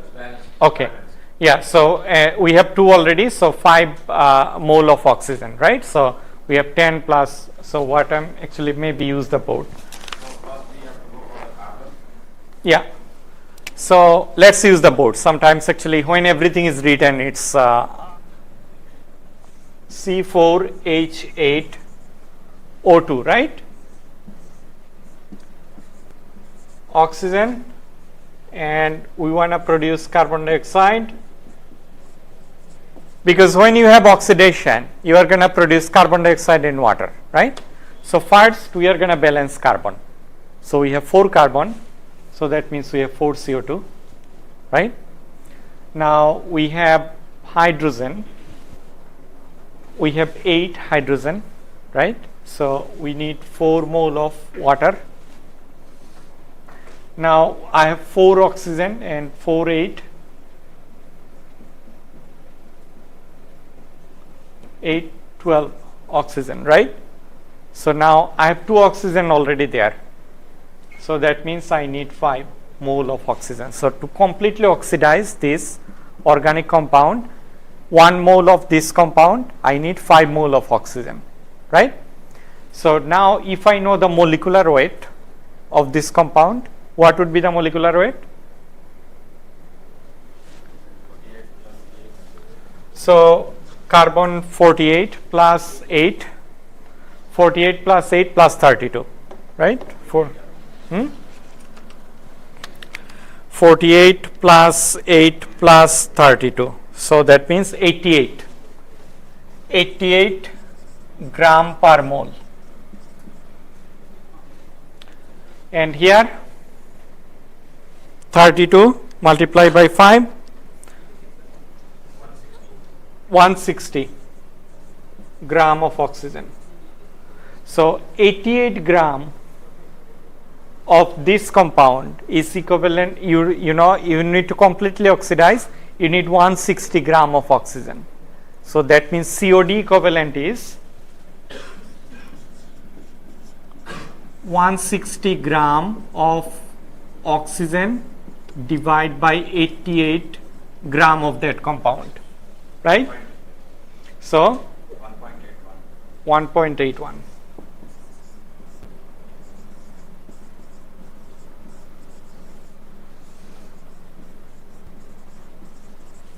So that means COD equivalent of that compound is 1.81 gram of COD per gram of that compound. So per gram of, if you have 1 gram of C4H8O2, actually when you convert it into COD, it's going to be 1.81 gram, Okay. So that is the concept of COD equivalent. So I did it there. Yeah, 1.81, 1.82 we got. I think that's kind of how we rounded the number. But what if we have nitrogen present? In this compound we did not have any nitrogen, right? So but if we have nitrogen present, then we have another product which is ammonia we have to consider. So for example, if I consider C5H7O2N, which is kind of formula for biomass, okay. So if I completely oxidize, I need 5. So we are going to have ammonia. We have to do the nitrogen balance as well, okay. We have 1 mole of ammonia and 5 carbon, so 5 mole of carbon dioxide, and then here I have 1 ammonia, right? So I have 7 hydrogen here, so 3 hydrogen go there, so I need 2 mole of water, okay, and here I need 5 mole of oxygen. If I do the oxygen balance, I have 2 and 12, I already have 2, right? So I need 5 mole like here. So now COD equivalent, so 1 mole of this compound, okay, is equivalent to 5 mole of oxygen, right? So now if I put the molecular weight, it's 113 gram per mole, and this is actually 32 multiplied by 5, 160 gram like we did here. So COD equivalent for this compound going to be 160 divided by 113, right, as we did here. So 160 gram, 160 gram of COD is going to be per 113 gram of this compound. So 160 divided by 113. So each COD equivalent of microbial cell, okay, heterotrophic biomass is 1.42 gram of COD, okay. So why don't we do a practice now? So Just a quick question. yes. For this one. Mm-hmm. So practically, where this kind of equation is applicable, because here we are oxidizing the biomass. So practically, wastewater treatment. Actually, like sometimes what happen, this COD equivalent is very useful when you do the mass balance in your system. So for example, sometimes what happen, you are seeing COD removal, okay, but your VSS removal in the process is not matching. So sometimes what we do, we kind of convert our VSS to COD and see if it matches the number or not. VSS to COD. Yeah. So basically, heterotrophic biomass in activated sludge process, it's measured as VSS. Actually, tomorrow when we are gonna talk about operation of activated sludge process, we are gonna use a term called MLVSS, mixed liquor volatile suspended solid. So that is actually measured as VSS, and that is mostly heterotrophic. Yeah, that is mostly heterotrophic biomass, right? So actually this is actually measured as VSS, volatile suspended solid. So suspended solid is actually, it's solid, but it's also, it can be a part of your BOD as well, okay. So now why not we do one practice, it should not take more than 5 minutes, okay. Can we convert this compound and estimate COD equivalent first, and now 50 milligram per liter of this compound, if I represent as COD, what would be the concentration? Can we do that?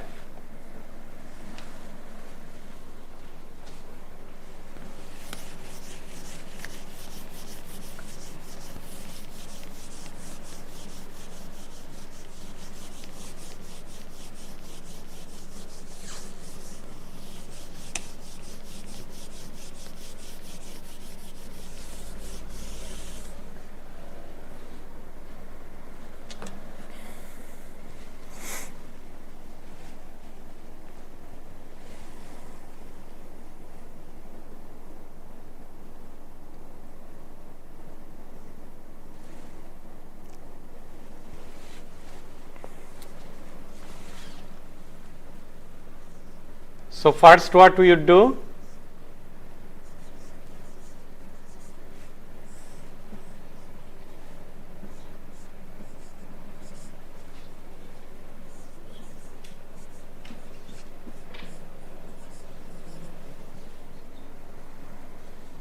So first write this, you need to balance oxygen, right? And you are going to produce carbon dioxide and water.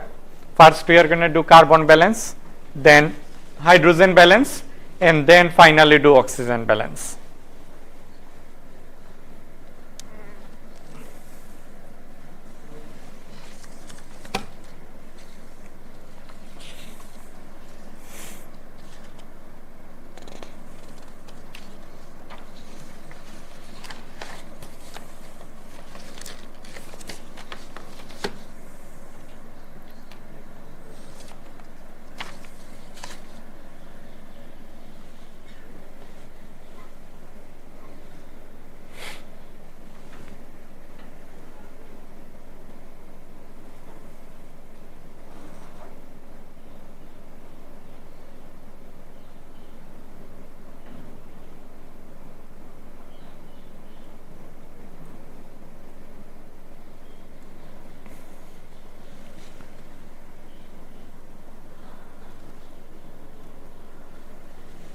So how many mole of carbon dioxide we are going to get?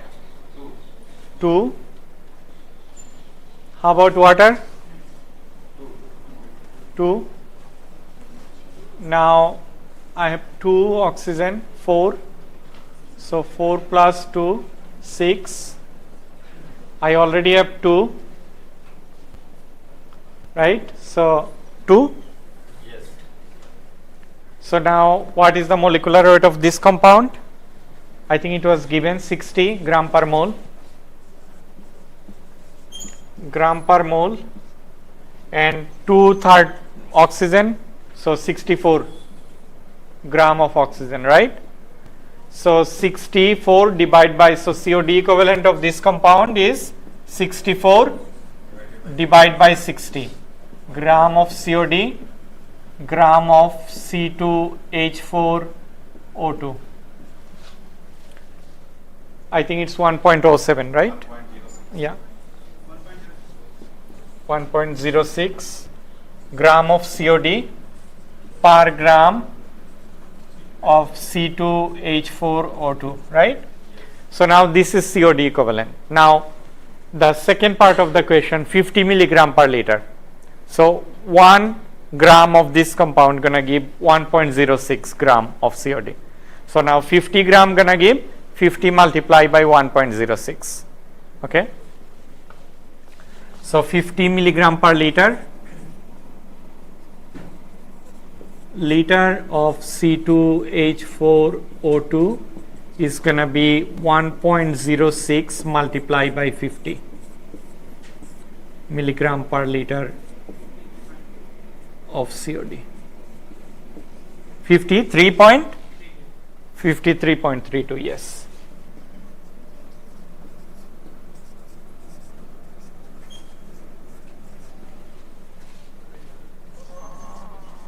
Anyway, I have that here there, maybe instead of my handwriting that would be better. So 1.07 I got, okay, and then 53.5 I got, which is pretty close. I think it depends on how you rounded the number. So we have to calculate in milligrams, right? Yeah, We have to calculate in gram, then we have to divide by 1000. yeah, 1000, yeah. I did that actually. Okay. Yeah, but typically most of the guidelines they are in milligram per liter, right? So that's why you go with milligram per liter. But when you do mass balance, you go with gram or kilogram, like when you actually kind of doing some mass balance for the whole system. All right. So now, for chemical oxygen demand, okay. So now let's move on. Okay, I think you can solve this problem. So all organic compounds can be actually completely oxidized to carbon dioxide using strong oxidizing agent like potassium dichromate or potassium, like I think permanganate, right? So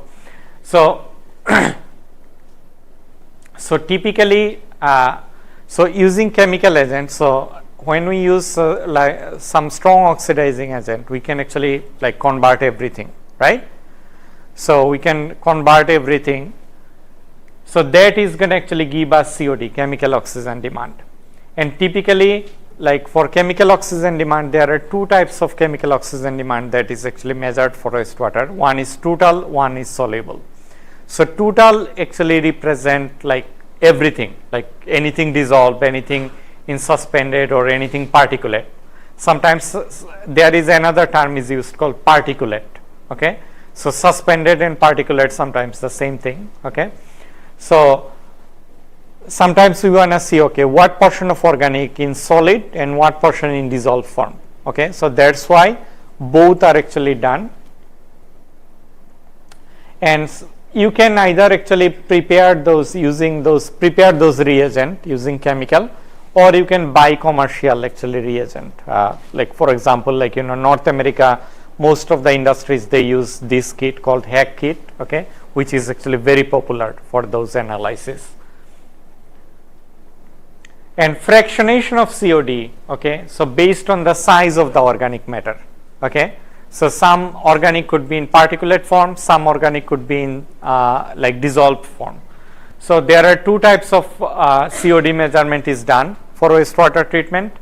One is soluble COD. So typically we filter the sample using 0.45 micrometer membrane filter, and that soluble part is actually called soluble COD or SCOD, and anything bigger than this. So sometimes we do sample analysis without any filtration. Okay, so that means any organics either soluble or dissolved, okay, or suspended, okay, everything is there, which is actually going to give you total COD. And when you do the after filtration, that's going to give you soluble COD. So based on the difference, so if you measure the total COD and soluble COD, from the difference you are going to get particulate COD. So what portion of organics in particulate form? Okay, because think about, like when we design some system like remove particulate material like secondary settling tank, right? It remove particulate, it cannot remove any dissolved organic, right? So that's why we also need to know the fractionation. So typically this kind of analysis is done for rapid monitoring and basic design of treatment process. But for advanced design, you have to go with like some advanced fractionation of COD. So, and both fraction, like soluble part and particulate part, you have both biodegradable and non-biodegradable fraction.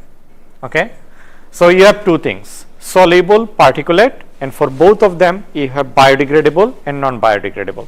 Actually, I have another table here. So you can see total COD, okay, you can have two portion, one is biodegradable, one is non-biodegradable, okay, and under biodegradable you have two things, one is readily biodegradable and one is slowly biodegradable, because there are some organics are biodegradable, but not necessarily they are going to be actually like degraded very quickly.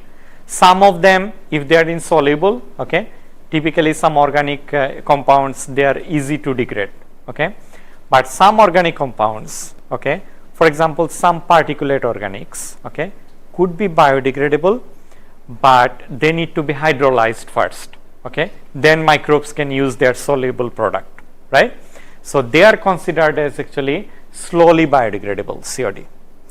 And on the other hand, for non-biodegradable, you can have the same thing. Non-biodegradable, there a portion could be soluble and other portion could be particulate. And why this is actually important in wastewater treatment plant design? Because soluble is actually readily biodegradable, it's mainly soluble and available for biodegradation. So that part, so if we know the complete fractionation of our COD, we are going to know, okay, that part of organic going to be quickly removed in the process. But particulate organics that is slowly biodegradable, we know that, okay, that part can be biodegraded, okay, but it's going to take some more time than readily biodegradable. But now non-biodegradable soluble.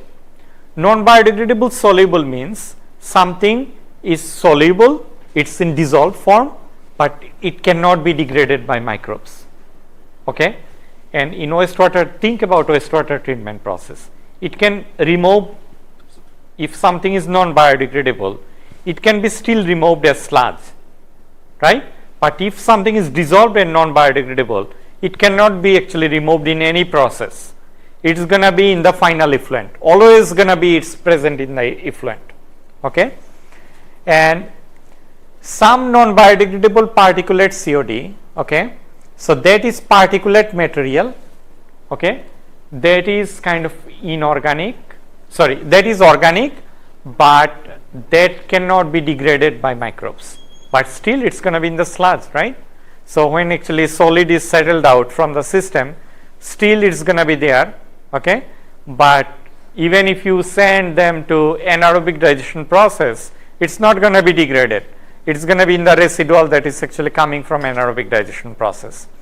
So that's why, so this kind of detailed fractionation is done mostly for modeling, okay, not for regular monitoring of treatment facilities. So they are not typically done by operator. They are typically done by, this kind of fractionation is mostly done by consulting companies, okay. So if you work in consulting companies, and if you, let's say, working with some municipalities to help them to kind of simulate their process or optimizing their process, this kind of fractionation is done, okay. And there is, I would say, different modeling software actually use different kind of fractionation. So there is no standard method, okay. Different modeling software, they kind of prefer different types of analysis, okay. So that's why this is kind of like a little bit more detail, okay. When you do some advanced design, you are gonna, I just wanted to put this slide, okay, there, because at least you are familiar with the term. So COD doesn't mean, even biodegradable COD doesn't mean that it's gonna be biodegraded easily, okay. It can be slowly biodegradable. Some part is like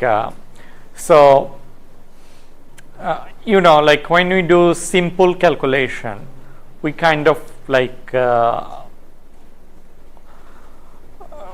some sort of go with some composite number, right? So but if you want to do detailed modeling, okay, you need this kind of fractionation.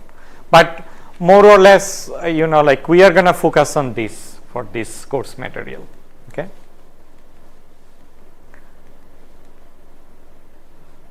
So biochemical oxygen demand. So a part of that COD is going to be actually can be degraded by microbes, and we call this as a biodegradable portion, okay. So and that is actually called BOD.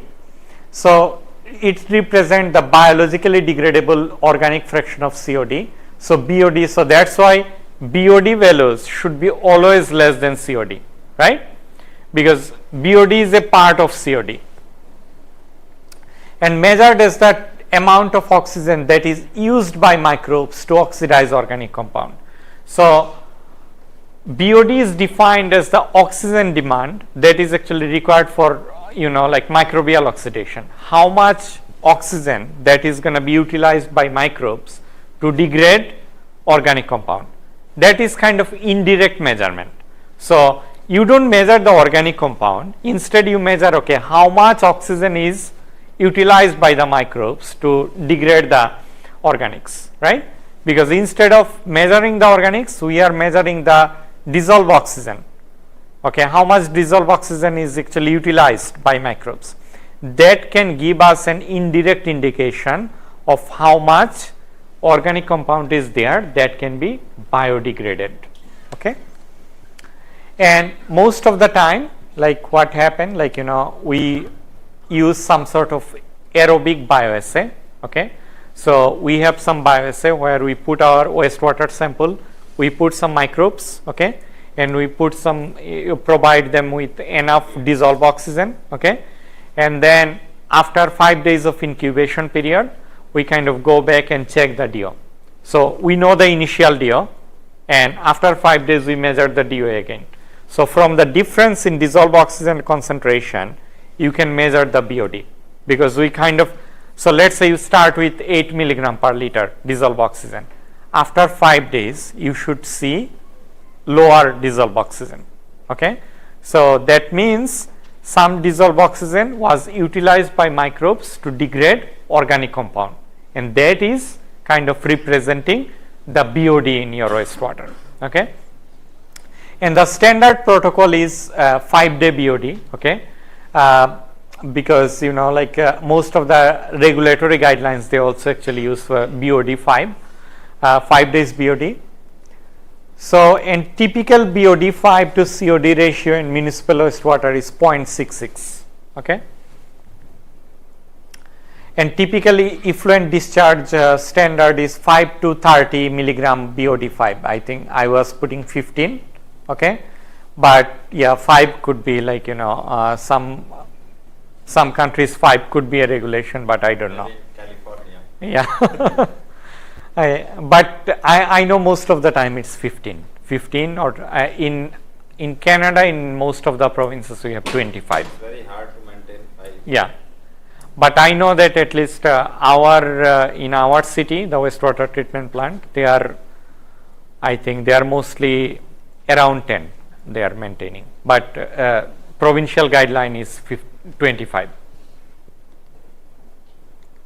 So we use this kind of setup. Okay, we call it like BOD, like equipment or BOD bottle. Okay, so what we do, we take and typical volume of this kind of bottle is 300 ml. Okay, and this is kind of standard. So we take a certain volume of sample in the bottle, and then we add dilution water and aerobic microbes. So what is dilution water? So we have water that is kind of we kind of purge it with oxygen or air for like let's say couple of hours to make sure that dissolved oxygen concentration is really high, like about 8 milligram per liter, and then we add some microbes in there, and that is microbes and nutrients in there. And so basically the wastewater sample is the food. Okay, and the dilution water with microbes, it's kind of a nutrients, it's kind of the microbes. Okay, so then you add dilution water and aerobic microbes, and then you measure the initial dissolved oxygen level, and then you incubate the bottle at 20 degrees Celsius for about 5 days in the dark. Okay, and after 5 days you come back, you measure the DO level again, and you measure the final DO, and from the difference, okay, from the difference we can get, so we know we are going to know the initial DO and we are going to know the final DO, and then from the difference we can measure BOD of your sample. Okay, BOD 5. So how we can do that? We can do simple mass balance. So we can calculate the mass of initial BOD in the sample and mass of DO decreased, because we kind of assume that DO decreased is kind of representing the BOD in your sample, right? So we know the volume of sample. Okay, and BOD, this is something we want to estimate, and we know the volume of our bottle, right? So which is typically 300 ml, and we know the initial DO and we know the final DO, because we are going to measure in the beginning of our experiment and after 5 days, and then we can actually calculate the BOD. So you can see on left side we know everything. We know the volume of sample, we know the volume of bottle, we know the initial DO, we know the final DO. So based on that we can estimate what is the BOD level in our sample. But in this kind of if your difference between initial and final DO is less than 2 milligram per liter, or if you see final DO is less than 1 milligram per liter, typically this kind of data is not considered as reliable. Okay, and why is that? Because if you have like difference is less than 2 milligram per liter, that means maybe like there might be some sort of toxicity that actually DO was not properly utilized, or another reason could be your BOD concentration is really low. Okay, if you have like less than 1 milligram per liter, there might be some situation that you don't have enough dissolved oxygen there. Actually, BOD concentration is really high, and microbes, they don't have enough DO in there. Okay, so that's why. One possibility could be due to the lower limit of detection. Lower limit of detection. Because here you have It actually also depends on the how much sample you put. So typically, when we do BOD analysis, we try different volume of sample. Okay, so BOD analysis is not as reproducible as COD analysis. COD, maybe you are going to get very reproducible number, but BOD error is quite high. It's sometimes it could be more than 10%. So that's why what we do, even standard method actually suggests that for BOD you try at least different volume to make sure that you can get some reliable data. Okay, so I have an example here. Using the following BOD test data, estimate average BOD 5 for a wastewater sample. Standard 300 ml bottles were used, and you can see in this example we used a different sample volume 5, 10, 15, 20, 35 ml, and we have initial and final DO reading.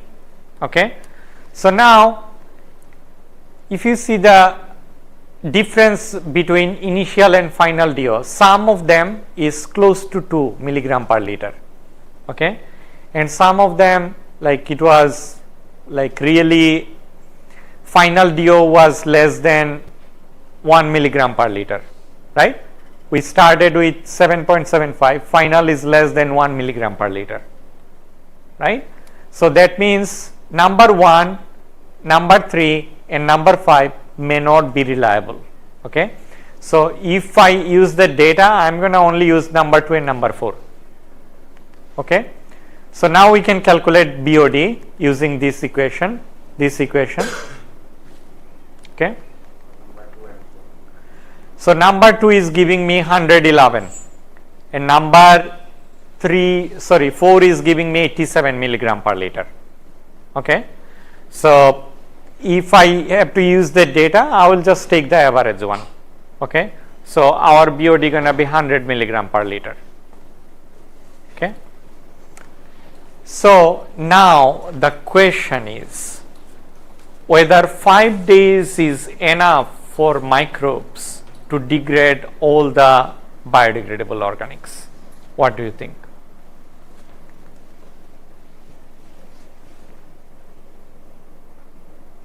Actually, it's not enough. Okay, 5 days may not, still there might be some remaining BOD. Okay, but now the question, and that is actually so the maximum BOD that you can have in your sample, we define it as ultimate BOD in our sample. Okay, or the maximum BOD that we can have in our sample. And during 5 days, only 60 to 70% of the total BOD is actually consumed. Now, and typical BOD ultimate to BOD 5 ratio for municipal wastewater is 1.5. Now the question is, with 5 days we get 60 to 70%. So how long we have to wait for ultimate BOD? Okay, so well, some book actually kind of or some researcher looked into that, and they kind of were suggesting that maybe 20 days would be enough to get ultimate, or could be more than that. Okay, so there is a very wide range reported. Okay, so there is no I would say universal number. Okay, how many days I can wait and I can get ultimate BOD. During this Kumbh Mela, ministry was in so hurry, there was like 3 days BOD is enough. We just need result. Yeah. So sometimes, so now for ultimate BOD, what we can do, we can, yes, if we can have 3-day data, we can still try to estimate some approximate number for ultimate BOD. And how we can do that? We can do that using kinetics. Okay. So we can estimate ultimate BOD using BOD degradation kinetics. So here within, you can see over time things are changing, right? BOD is changing. Yes, DO level is changing. So based on the DO utilization rate, okay, we can use that kinetics to estimate what is the ultimate BOD in your sample. So for example, if BOD degradation rate is dL by dt, okay, is proportional to the, so if we consider it's a, that degradation rate follow first order kinetics, okay, so first order kinetics, then we know that the kinetics, it's going to be proportional to the concentration of remaining compound. So BOD degradation rate dL by dt is proportional to the amount of remaining BOD at time t, okay, and temperature, okay. So dL by dt, we put a minus because we consider that it's going to be decreasing, right, over time. It's degradation rate, so we put a minus. It's proportional to the remaining BOD at time, okay. So let's say the remaining BOD is L, okay. So this is more like where I put the, okay, it's in my pocket.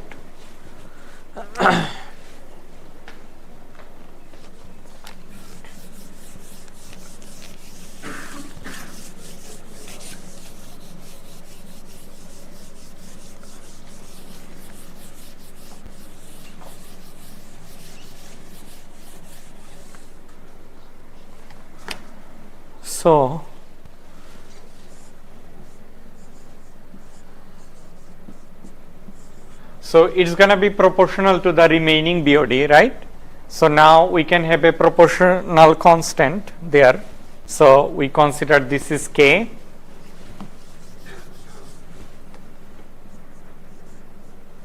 So that is actually basically degradation coefficient. So K is the rate constant, okay, that depends on temperature. So if I integrate this equation, that's going to yield to this, like from time 0 to time t, okay, if I integrate, then I will come up with this equation, LT equal to L naught. So this is basically initial BOD, okay, e to the power minus KT. So K is the rate constant and T is time, right? So L naught is the initial BOD or ultimate BOD. Initially what you have, that is your maximum, right? So that is your ultimate BOD. And LT is after incubation period. So let's say if you have 3 days or 4 days, depending on how much time you are putting your sample for incubation. So after that, whatever is the remaining, let's say after 5 days. So let's say your ultimate BOD is 500 milligram per liter, okay, but in 5-day BOD, so let's say your ultimate BOD is 500 milligram per liter and your BOD 5 is, let's say, 300 milligram per liter. So this is your L naught, right? This is your L naught. And what is this? This is your BOD 5, but this is not LT. LT is 500 minus 300. So that means 200 milligram per liter BOD is remaining after incubation period, right? And your T is going to be 5 days if you do 5-day BOD, okay? So now if I look into the graph, like, you know, if I draw a graph remaining BOD and incubation time, you are going to see, so this is maximum initial BOD, L naught, okay? And after some time you have like LT is the remaining BOD, okay? So that means the difference between L naught and LT, okay, let's consider this is Y. This is the BOD that is actually like consumed during process, Okay. So Y is the BOD removed during the process, and LT is the remaining after the incubation time. So now the Y is going to be L0, which is ultimate BOD, minus LT. Okay, and we already in previous slide we kind of have this equation. Okay, first order kinetic equation. So if I put that, so the BOD that is removed during the incubation period, we can calculate that using this equation, L0 1 minus e to the power minus kt. Okay, so if I have that BOD 5, so my equation gonna look like BOD 5 equal to BOD ultimate 1 minus e to the power minus 5, because time t 5 days, and k, right, and k is rate constant. It depends on temperature. Okay, if k is constant, your BOD and ultimate BOD relationship gonna be constant. Okay, but if k changes, then that also gonna change, because the temperature it impact the kinetics, right, degradation kinetics. So how we can actually estimate the, so typically for wastewater, K is from 0.1 to 0.23 per day at 20 degrees Celsius, but let's say you do your BOD test at 25 degrees Celsius. Now what you are going to do? You have to estimate a new value for your K, right? And we can actually get that from Van Hoff Arrhenius equation, so which is this equation that kind of can help you to estimate kinetic parameter at different temperature. So if we know the K value at 20 degrees Celsius, and if we need the value for 25 degrees Celsius, I can just actually use this equation and estimate new kinetic parameter. Okay. So where K1 is the degradation rate at temperature T1, okay, and K2 is T2 degrees Celsius. But yeah, like if you have the value at 15 degrees Celsius, and if you want to estimate at 25 degrees Celsius, you can simply use this equation and do that. And typically theta is temperature coefficient. It's for biological wastewater treatment process, it's from 1.03 to 1.25, which is kind of constant as well. So please carefully check the temperature. So when you actually do any problem, like make sure that you have the exact temperature. Okay, this is very important. Otherwise, you may end up with different, because ultimately that temperature gonna impact your estimated BOD values, right? And you don't wanna actually mess up, like if you have different things at different temperature. So new rate constant should be calculated if temperature changes. But now, yes, we do 5-day BOD, even 3-day BOD. Like when you are in rush, you can decide, okay, you know what, I can tow it for 5 days. I want to actually estimate 3-day BOD and want to use these kinetics to estimate my ultimate BOD. Okay, but that may not always give you reliable result. Okay, so typically first order kinetic model is not always cannot fit BOD data, because BOD is determined by microbial action, right? And microbial kinetics, it's not going to be the same. At high concentration, growth could be higher. At low concentration of substrate, actually growth could be lower. So it's not like follow perfect first order kinetics. So now that can actually it's not a steady process ultimately. So microbes, they have like kinetics can be affected by many different things.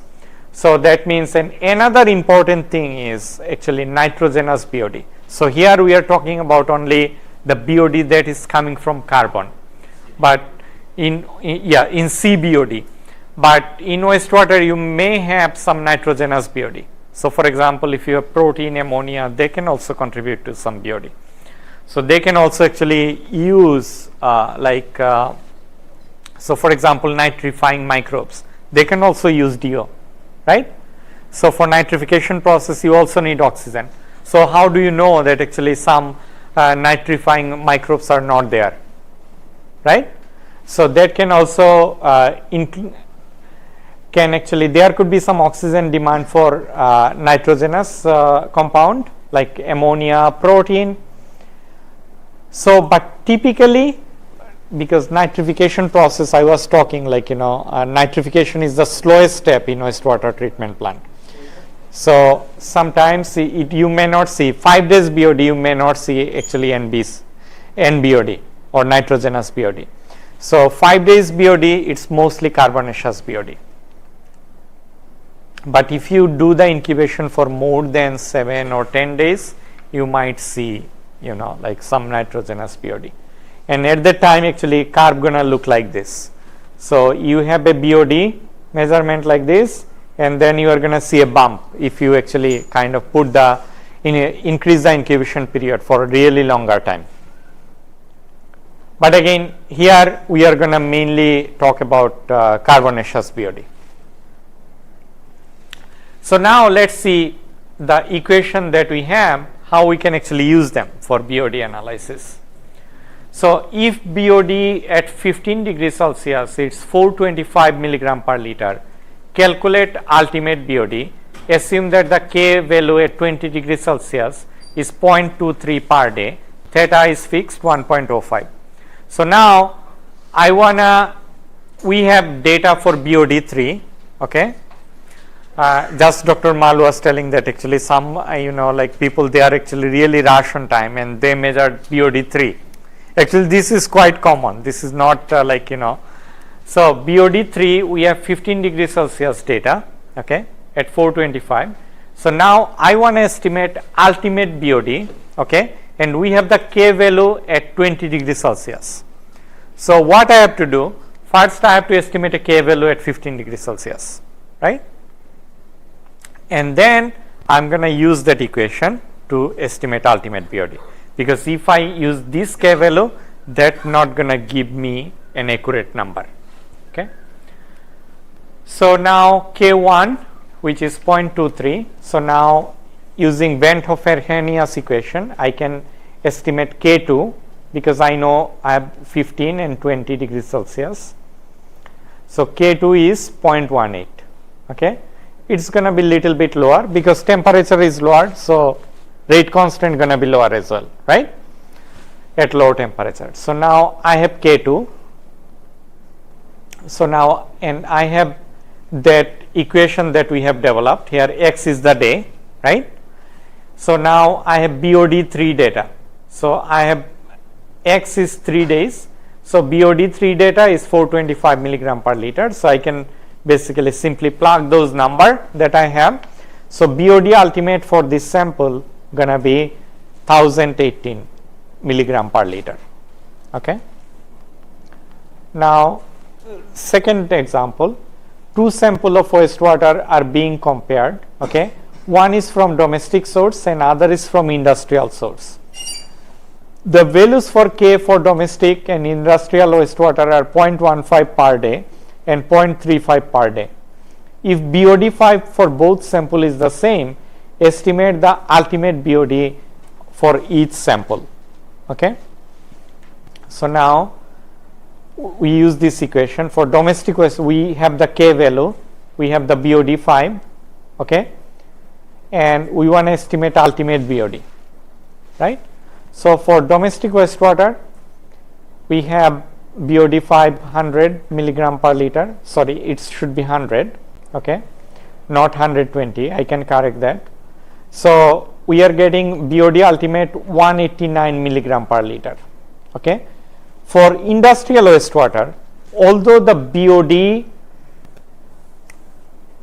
5 is same 100 milligram per liter, we are actually getting a different value for ultimate BOD.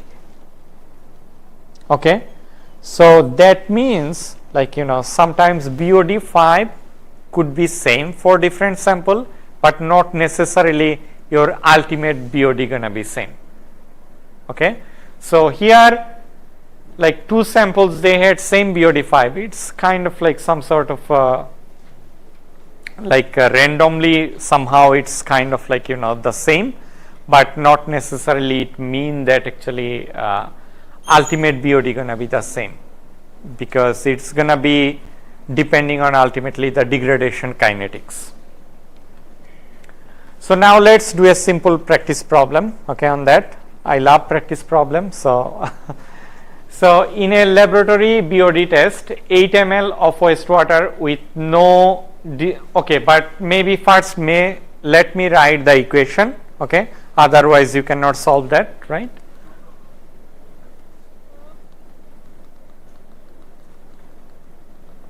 Okay, I will write that equation there. So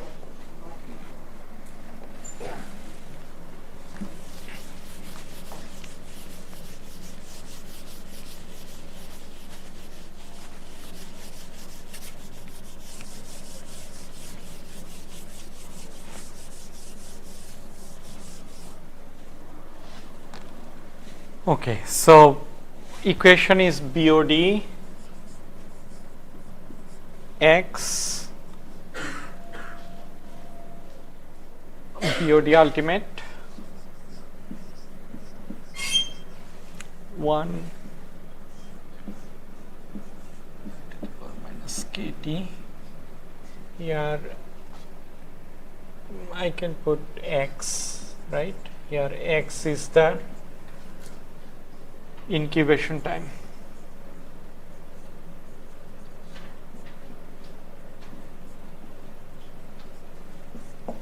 Okay, so now let's go back to our problem statement.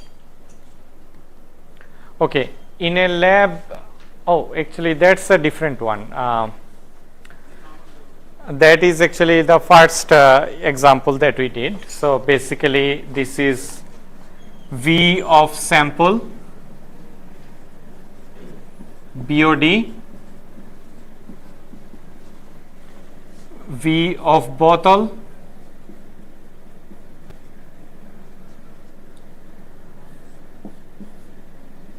DO naught minus V of bottle,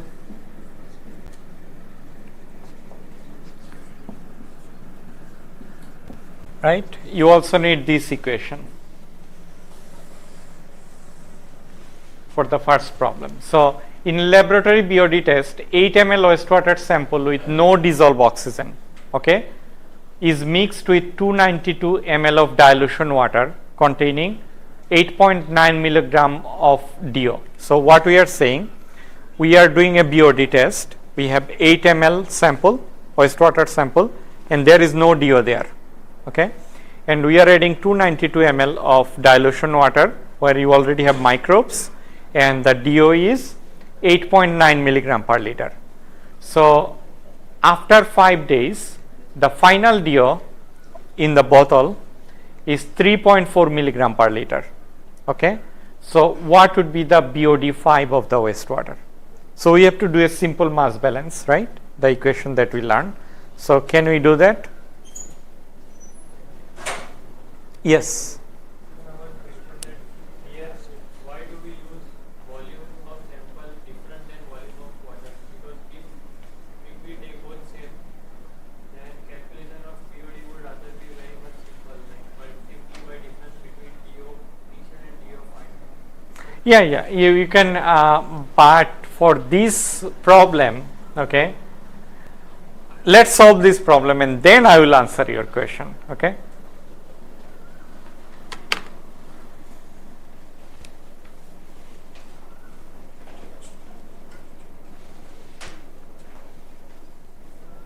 Yeah, why I did not put like V bottle initial minus final, okay, so that was your question, right?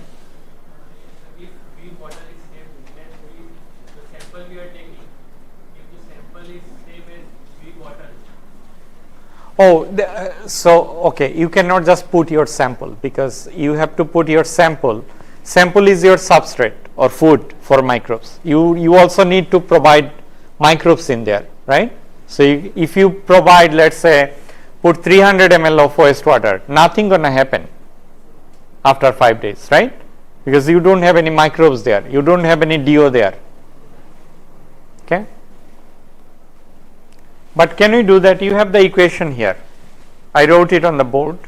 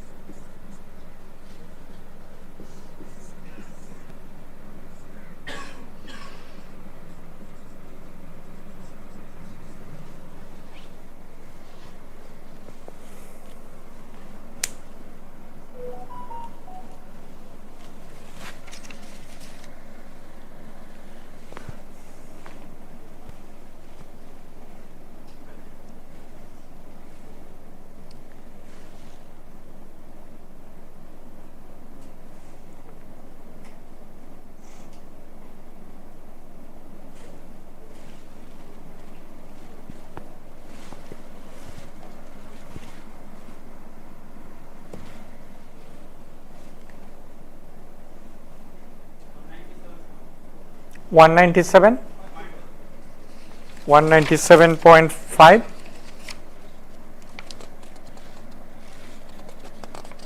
I think it is correct. Yeah, 197.35. I got.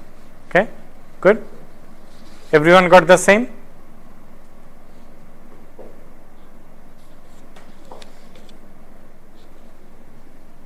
Everyone got the same number or not yet?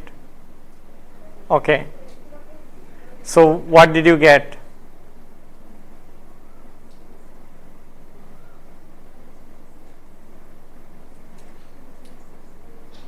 Actually, there was a trick in the question. So for like it's not initial DO in the bottle. It was initial DO only in the dilution water, right? So if you just consider V bottle here, it's gonna be wrong. You need to consider just the volume of dilution water. That's why I wrote again mass of DO decreased. Okay. So now if you see here, so this is the equation, but our case, like we don't have actually initial DO in the bottle. We just have the DO for the dilution water. So that's why I consider the volume of dilution water. Okay. This is kind of like the initial mass of DO because there was no DO in the sample itself, right? And for the final, we have for the bottle. Okay, so that's why, like if you use the bottle here, then you are gonna get a wrong number. Okay, so it's 197.35. Okay, any question? Okay, let's move on to the practice problem. And believe me, this is the last practice problem for today. So if BOD5 of a wastewater sample is 300 milligram per liter at 20 degrees Celsius, the amount of biodegradable organic matter remaining in the sample after 5 days is equivalent to 100 milligram per liter.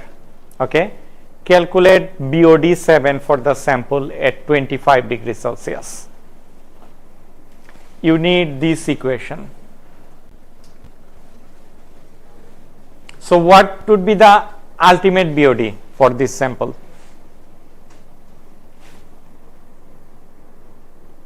Okay, even without doing anything, like can you just 400, right? So ultimate BOD is 400 because after 5 days that was 100 milligram per liter was remaining. So now what we should do, we have to do so using this equation, I know the ultimate BOD, right? And I know 5-day BOD. Okay, So that means I can get a value for K, right? So now for 25 degrees Celsius, using Van 't Hoff-Arrhenius equation, I need to estimate another new value for K, right, at 25 degrees Celsius.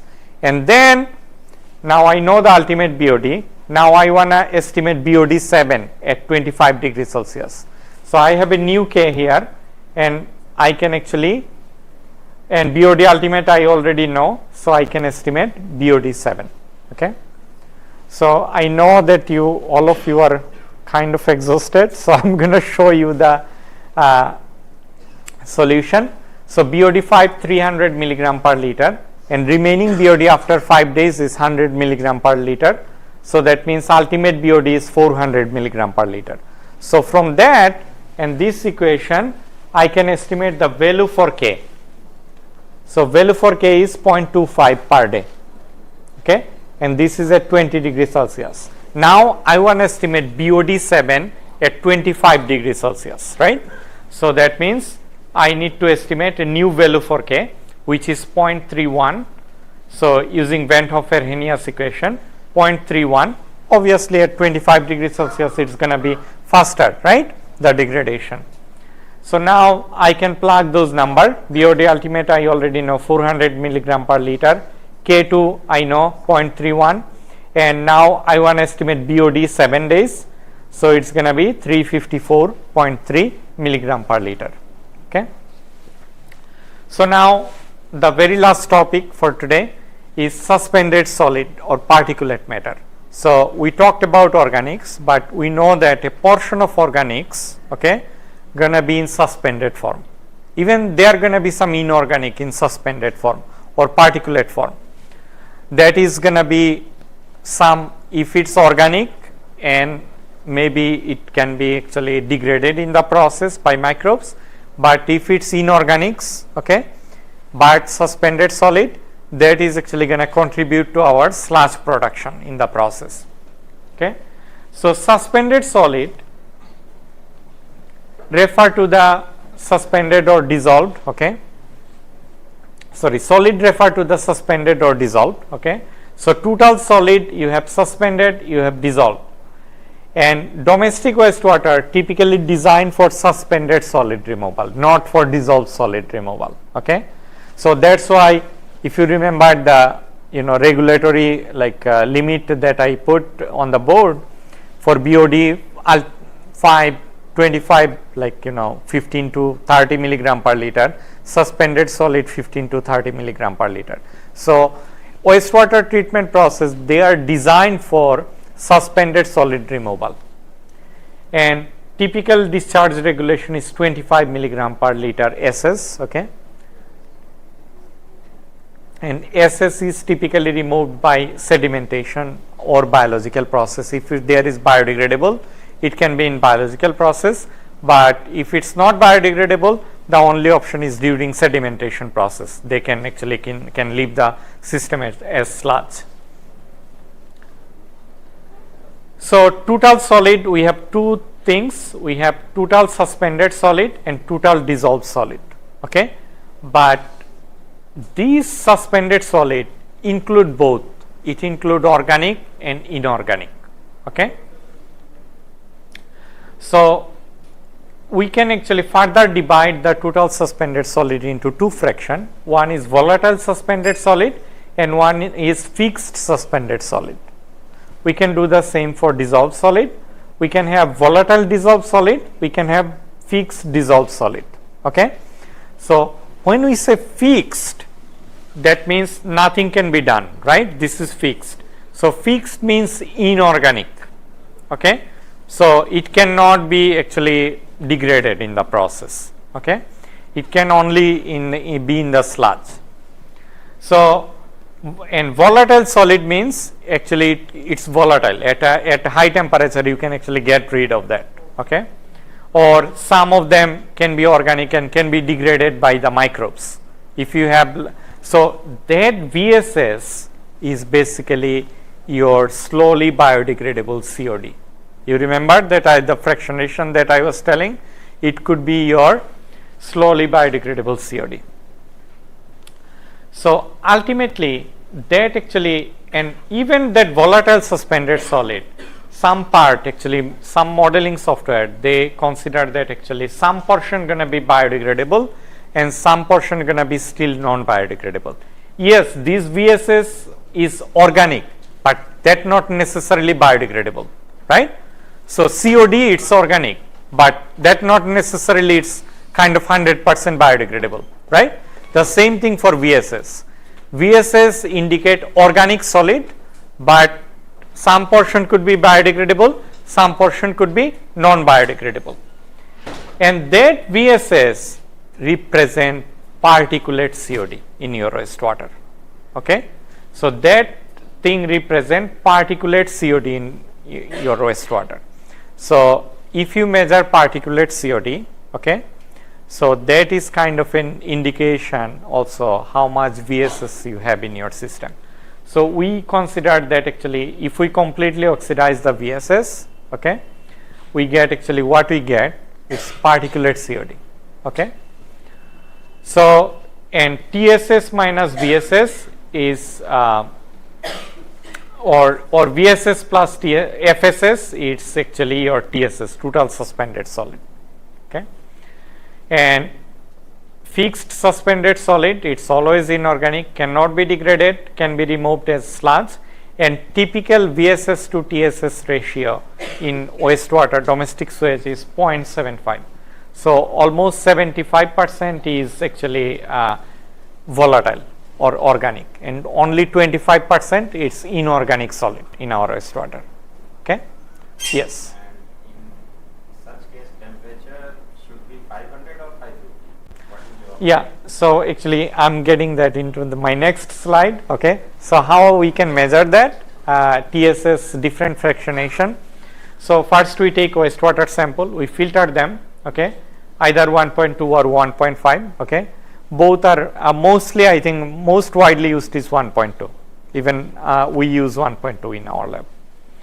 And then you put that sample at 105 degrees Celsius, okay. So it's kind of like, higher than boiling temperature of water. So you get rid of all the moisture content you have. Okay. So after that you measure the weight again, and what you get is actually total suspended solid. Okay. It got organic and inorganic both. Now we actually take the sample and put it in furnace for 500 to 550 degrees Celsius. Okay.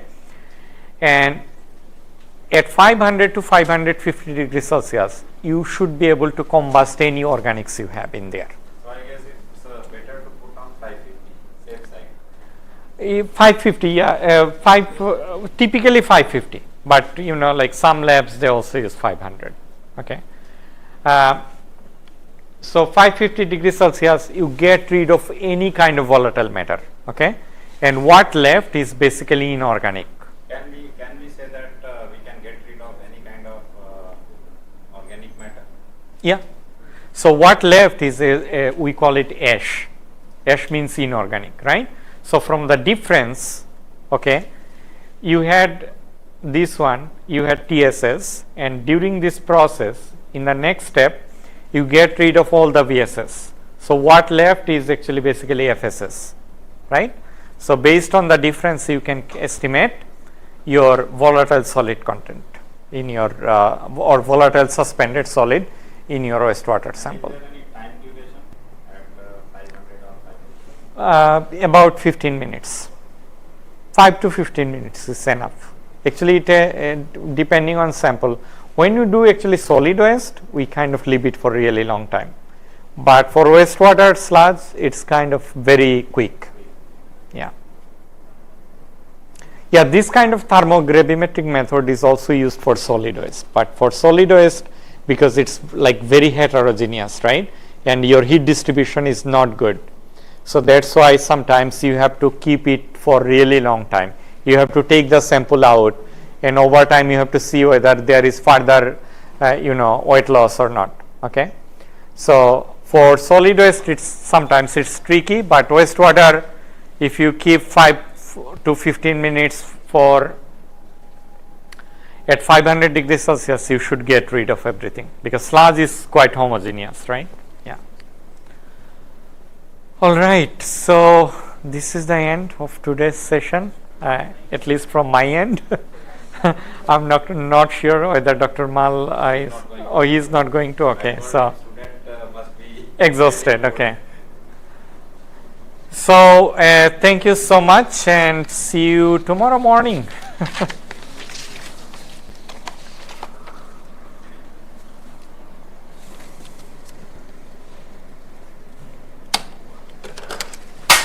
Oops.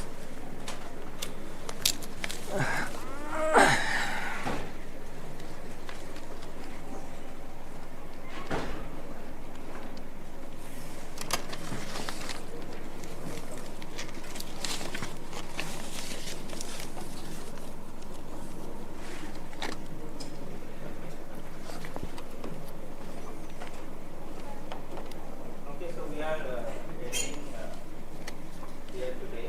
I will send the lecture notes by the evening in your email ID. I will just be to wait another 15 minutes. Thank you. तो सही लगा हुआ तो फिर बीच बीच क्यों बंद किया? अभी तो फुल चल रहा है। हाँ अभी तो चार दिखा रहा है, हो सकता है।